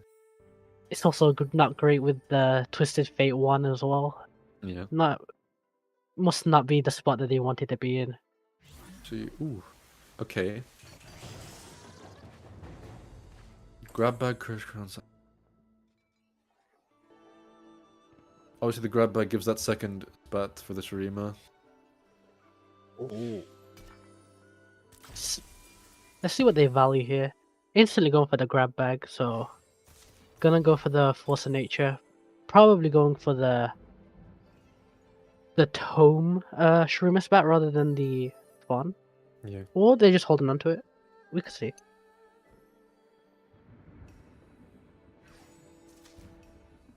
Nine Shurima out of the Noxus and the Ionia is probably the strongest one in my opinion.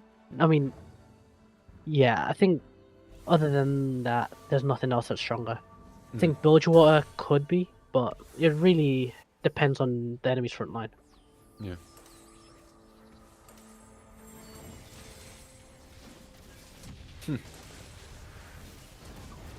Told me multicasters are weak. I'm seeing the Velcros in every lobby. But this isn't Multicaster, and I think he's just gonna try and play for the Silco 3 because of Oh, and the very very rapid fire Mordekaiser's nuking him from halfway across the map with 2 autos. Yeah, the Mordekaiser's a little strong.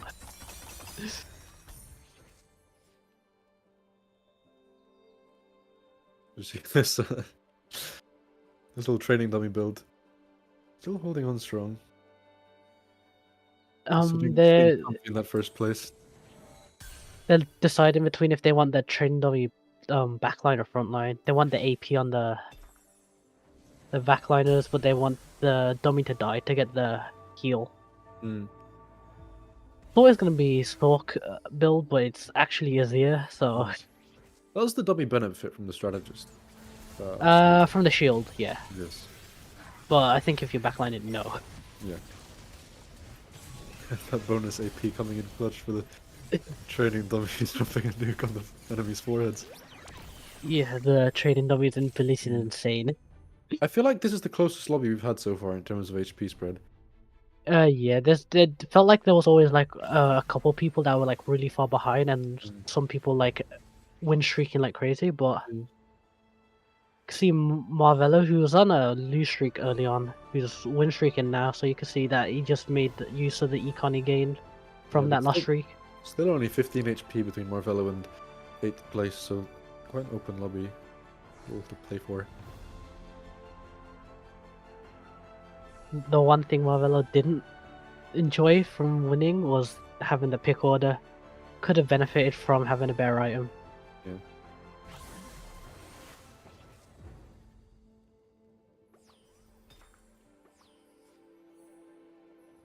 And what do you value more at this stage of the game? I mean, obviously, having those items on carries is important, but once you have that sort of 3 item carry, do you think it's worth it more to just build an incredibly strong frontline around that, or opting into a second carry, or is it more like comp dependent? What would you?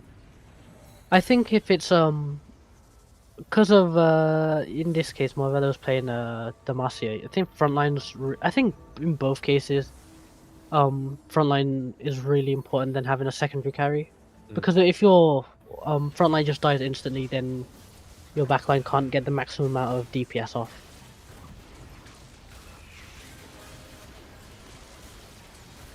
I always try to have three tank and then 3 damage.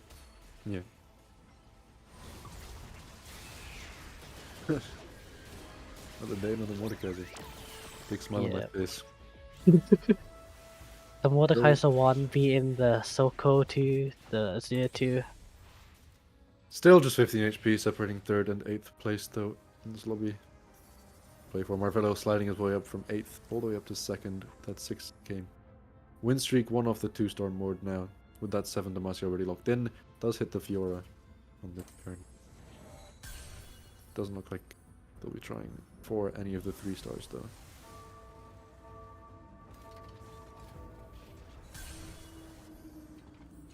Having the Fiora 1, no, Fiora 2 is, with the Slayer spat, really good. Because even with just the Mordekaiser 1, the Fiora is able to do enough DPS to sustain it. With the Demacia armor magic resist. The Dragon Blade now just dropped to 16 HP for Dito. Heading into this Raptors round, we are starting to get into the later, more dangerous stages for some of these players, maybe 2 losses away from getting knocked out of the game. Marvello just standing strong, 7 wins in a row now. In this spot, Marvello, you have to contemplate, should you go 9 here? Do you think you're strong enough? Do you roll for the Mordekaiser 2? I think the correct play is probably to go for the Mordekaiser 2, but some players in this situation with level up would try to go to level 9. Try and get that Aatrox too.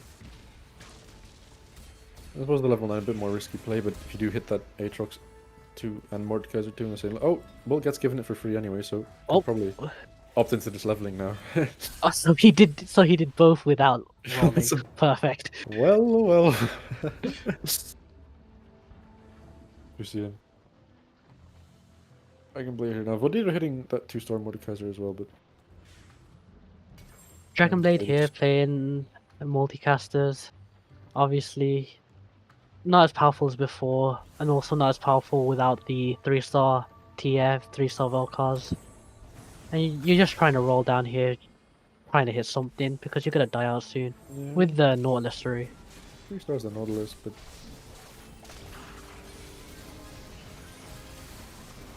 doesn't seem like there's just enough yet that is here on the back doing way too much cleansing through those tanks and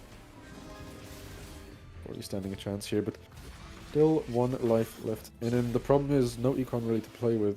2 Nikos away from the 3-star. Doesn't hit anything on that first. The only thing Dragonblade here can do is try and play for 7th. Just try and minimize your loss. Yeah. Just focus on positioning. It's really easy to just be demotivated in a situation, just give up and just be like, I got unlucky. But you just have to here just try to get the 7th place. Or sell your whole board and 3-star that Shen. I feel like that still would lose. It's just 1 Nico away, fortunately. Could have rolled down, but they're probably just too demoralized. Coming up against another Azir board. The double Silcos.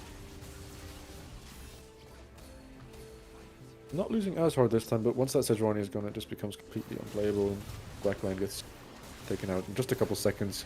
Dragon Blade 64 are first to get knocked out in this lobby. Crowd Ace seems like just about surviving on 1 HP. Big loss there. I think that's all you can do in that spot. I think Nico 3 could... I feel like rolling just for the slight chance for the Nico 3 could have been the only option, but it's Ooh, hard from that Ari position. hit here. Line as well.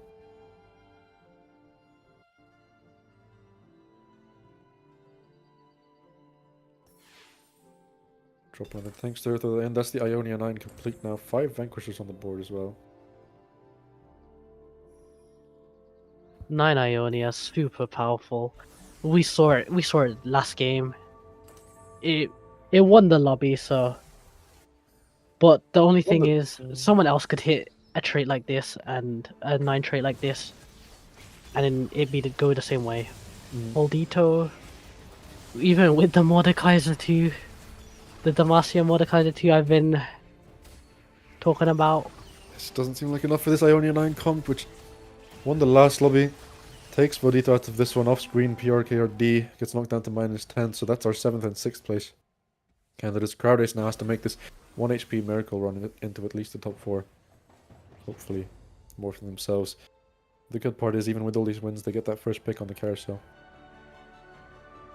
From Crowd Ace here, you just have to take it fight by fight.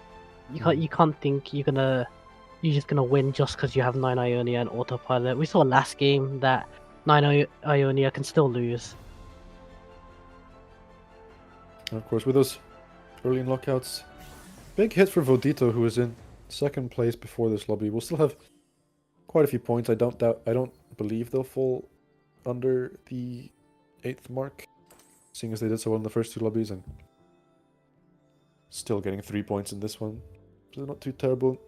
For Dragon Blade, a much worse story. Was 2nd last before this started, dropping last place this one. So don't think they'll be too happy with the overall performance over the 3 games. But for Vodito, maybe something to think about next week, is some valuable points dropped in that title charge. The Nyla 2 is very big here for Crowd Ace. Going up against a 9 Bilgewater, so the battle of the 9 traits.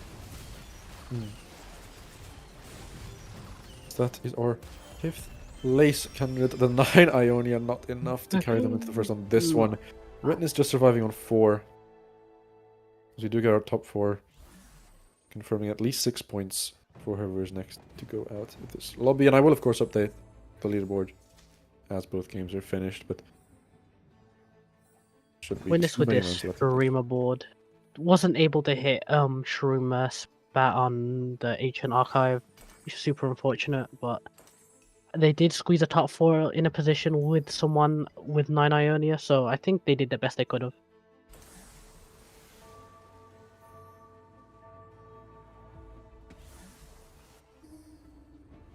Who's playing out now with this Rima 6? Up into Marvello. Marvello with the Aatrox 2, Jordan 2, 6 Demacia, I think it's 6 Slayer as well for Marvello. Too much Too for tough. Witness to deal with. Dropping down to 4th place now as Epsilon Marvello holding up the top side of that lobby. PK dropping down to 8 HP. 1 loss of being knocked out of this one. I'll say this is a very good for Marvello, who was already sitting pretty in that 3rd place spot, tied on points with the people around them, but this will push them up into the rafters. As we see the points start to build up over the 3 games. Epsilon on that win streak, hoping to hold this run deep. After this Elder Drake round, if they can knock out PK Zeta, that's massive points picked up. PK Zeta with only 2 Silcos they need for Silco 3. If they can get that, they could get first, but it's very unlikely on level 7 with the reduced odds on forecast. And already not having hit even a single one. We'll have one last chance to roll. Hits one of the Silcos, but not even enough gold to buy it yet. That was just about pick it up there. Oh, and they're gonna sell. They're gonna start selling the board, baby. Well, we see it picked up. Oh no! Well, let's see if 4 Silcos are enough to take down this team. It was worth a try. If we Yeah. did hit it on one of the buys, it was possible to try and top 2 and maybe win this game. But from that spot, that's the best you could have asked for a third with Infernal Contract. It was a respectable effort from PK there. Somebody who's sitting in the 10th place overall. Gets them quite a few points. Just 10 Bilgewater on my screen. For Okay, Absolutely they only lovely. needed 9, but you know, 10 works. I mean, the 10th one still benefits from the buffs. It's just a bit excessive. With the Curse Crown, the 2 Ancient Archive, it's just 10 Bilgewater seems like a lot, but Marvella does have the strong Demacia board, so we'll see. We'll see how this goes. Epsilon obviously on that 5-game win streak did just take the last round. 2 wins in a row would probably knock out Marvello here as well. Was able to do it. Gets rid of the Fiora almost immediately. Aatrox taken out in the AF, the last one standing. It's not looking very good for Marvello because that one didn't seem extremely close that time. For Marvella, you just have to try and think how you can win here. Can you get Mordecai to 3? Can you go level 10? Will level 10 even do anything? Probably not, so you probably have to go for Mordecai of 3, a Fiora 3, something like that. Looking for an Aatrox 2 here, I suppose. Doesn't hit the... I mean, it gets a 2-star Rek'Sai, but that's not really going to change much in this fight. Moving around the Demacia units a little bit, shifting around where those resistances are held. I'll say, quite a tanky Jarvan this turn. The Archangels will make those ults come down pretty hard. But I think with this position, he's trying to avoid to clump, so then it doesn't get hit And with the Bilgewater. it has backfired massively, getting almost immediately one-shot on 10 different units. It was a good try, but just getting read there by the opponent completely, and will fall finally. So once those scores are updated, I'll get that to you. But that is the end of round 3 on day 1. Some fantastic games, honestly.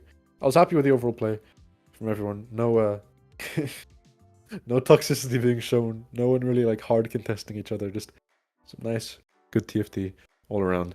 I'll leave it to you to give your final thoughts on how you think the games went, how you think this is going to look going forward. Obviously, no one knocked out of the tournament just yet, but some people will have to put on a serious performance next week if they want to come back into this.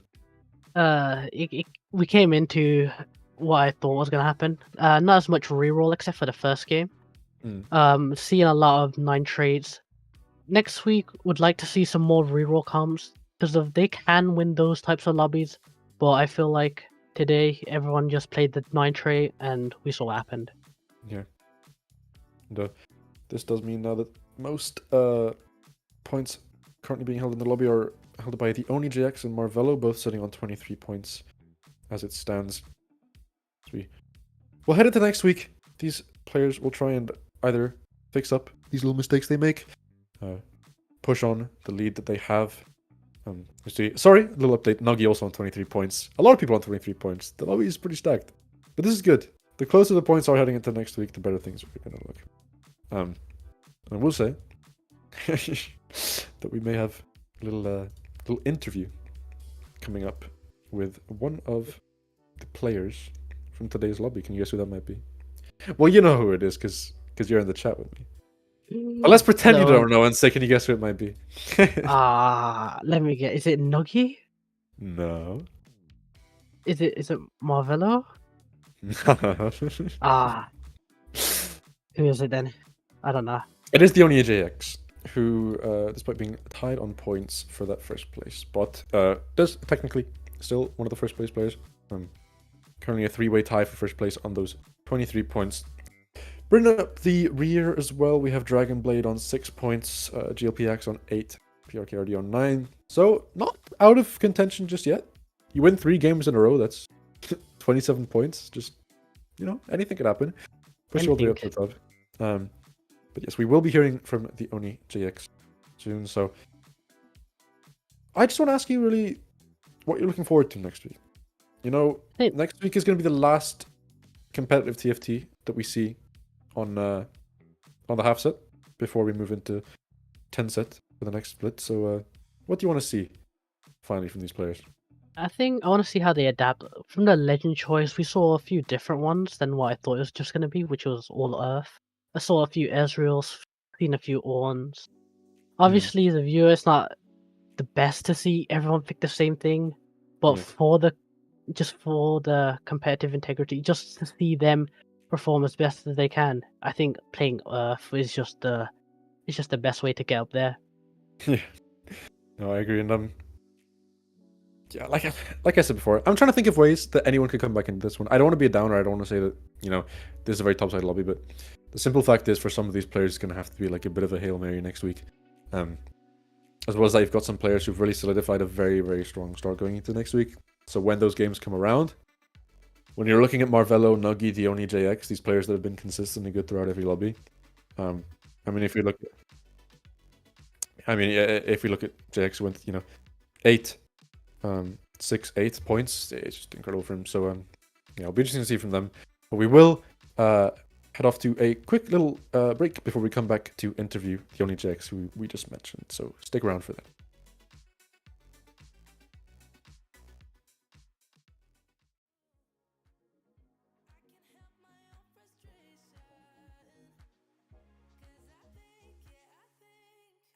I like it.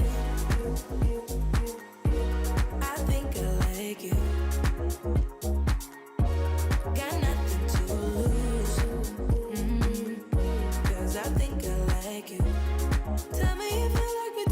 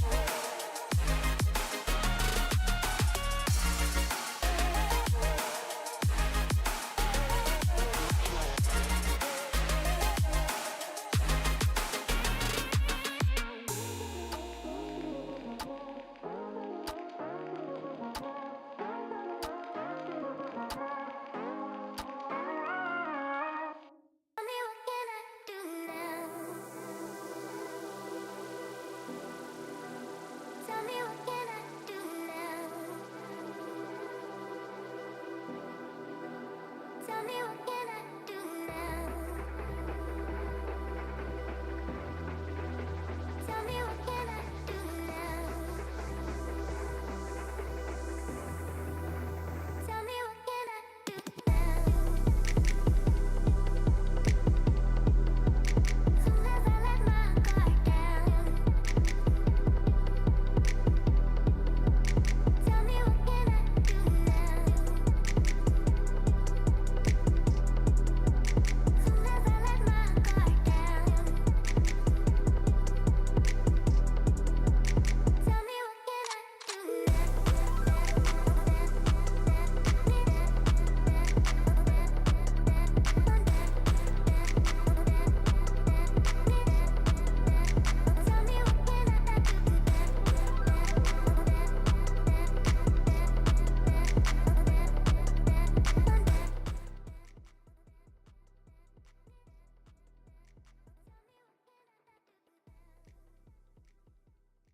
Welcome back, everyone, from that short break. We have set up for you now an interview with the current first place holder, the only JX. So me and Joshi are going to ask you just a quick few questions. Obviously, first of all, congratulations on a great first week, sitting on 23 points from the playoffs so far from those first 3 rounds.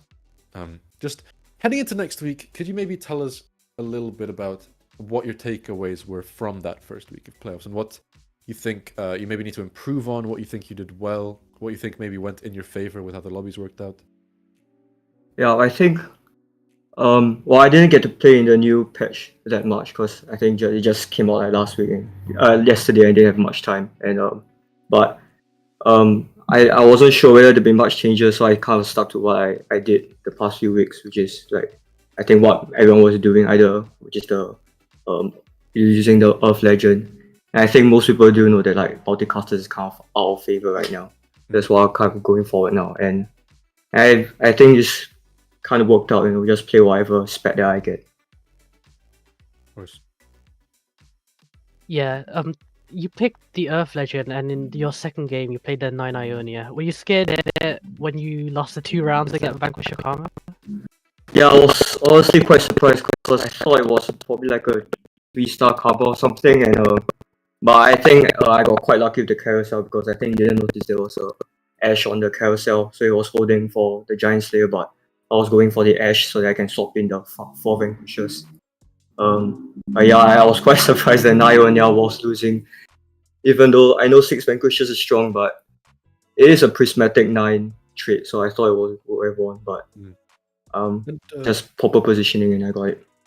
Yeah, and just last thing before you go, obviously, looking forward to next week. Is there anything you'd like to say, maybe to the people watching, maybe just to yourself, to your fans, to the other players in the lobby? Oh, I think everyone played really well. I guess there's like 3 players with basically the same points, and there's always players that like 1st or 8th. So it's always very random. And I think I've played with this competition a few times before, and I think there were times where I was like first, just 1 week left, and then I entered really badly for the last week. So I'm hoping to not do so badly and probably just maintain my position. Okay, well, thank you, Jake, so much for joining us. Congratulations again on a fantastic first week. We'll see you again next week. Thank you very much. Have a great rest of your day. Now, I'll leave it to me and Joshi to close off the rest of the stream. Yep. Thank you. So, Joshi, great first week. A great first week of us casting together. A great first week of EFT. And hopefully many more to come, obviously. We will see you guys again next week for round 2 of these playoffs. We will see more of JX, more of Marvello, more of Nuggy, more of all these fantastic players, and hopefully find ourselves a worthy winner. I've been Dryseld XXL. Joshi, do you have anything else you'd like to say before I send us off for a lovely night? No? Just super excited for next week. I hope everyone watching stays tuned. Who wins? Really close race with JX, Nuggy, Marvello. That's it. Fantastic. And on that note, thank you everyone for watching. I hope you join us again next week for the final week of TFT. Hope you all have a lovely rest of your night. Thank you once again from me, Dryseld XXL, and my duo, Joshi. Thank you all, and goodbye.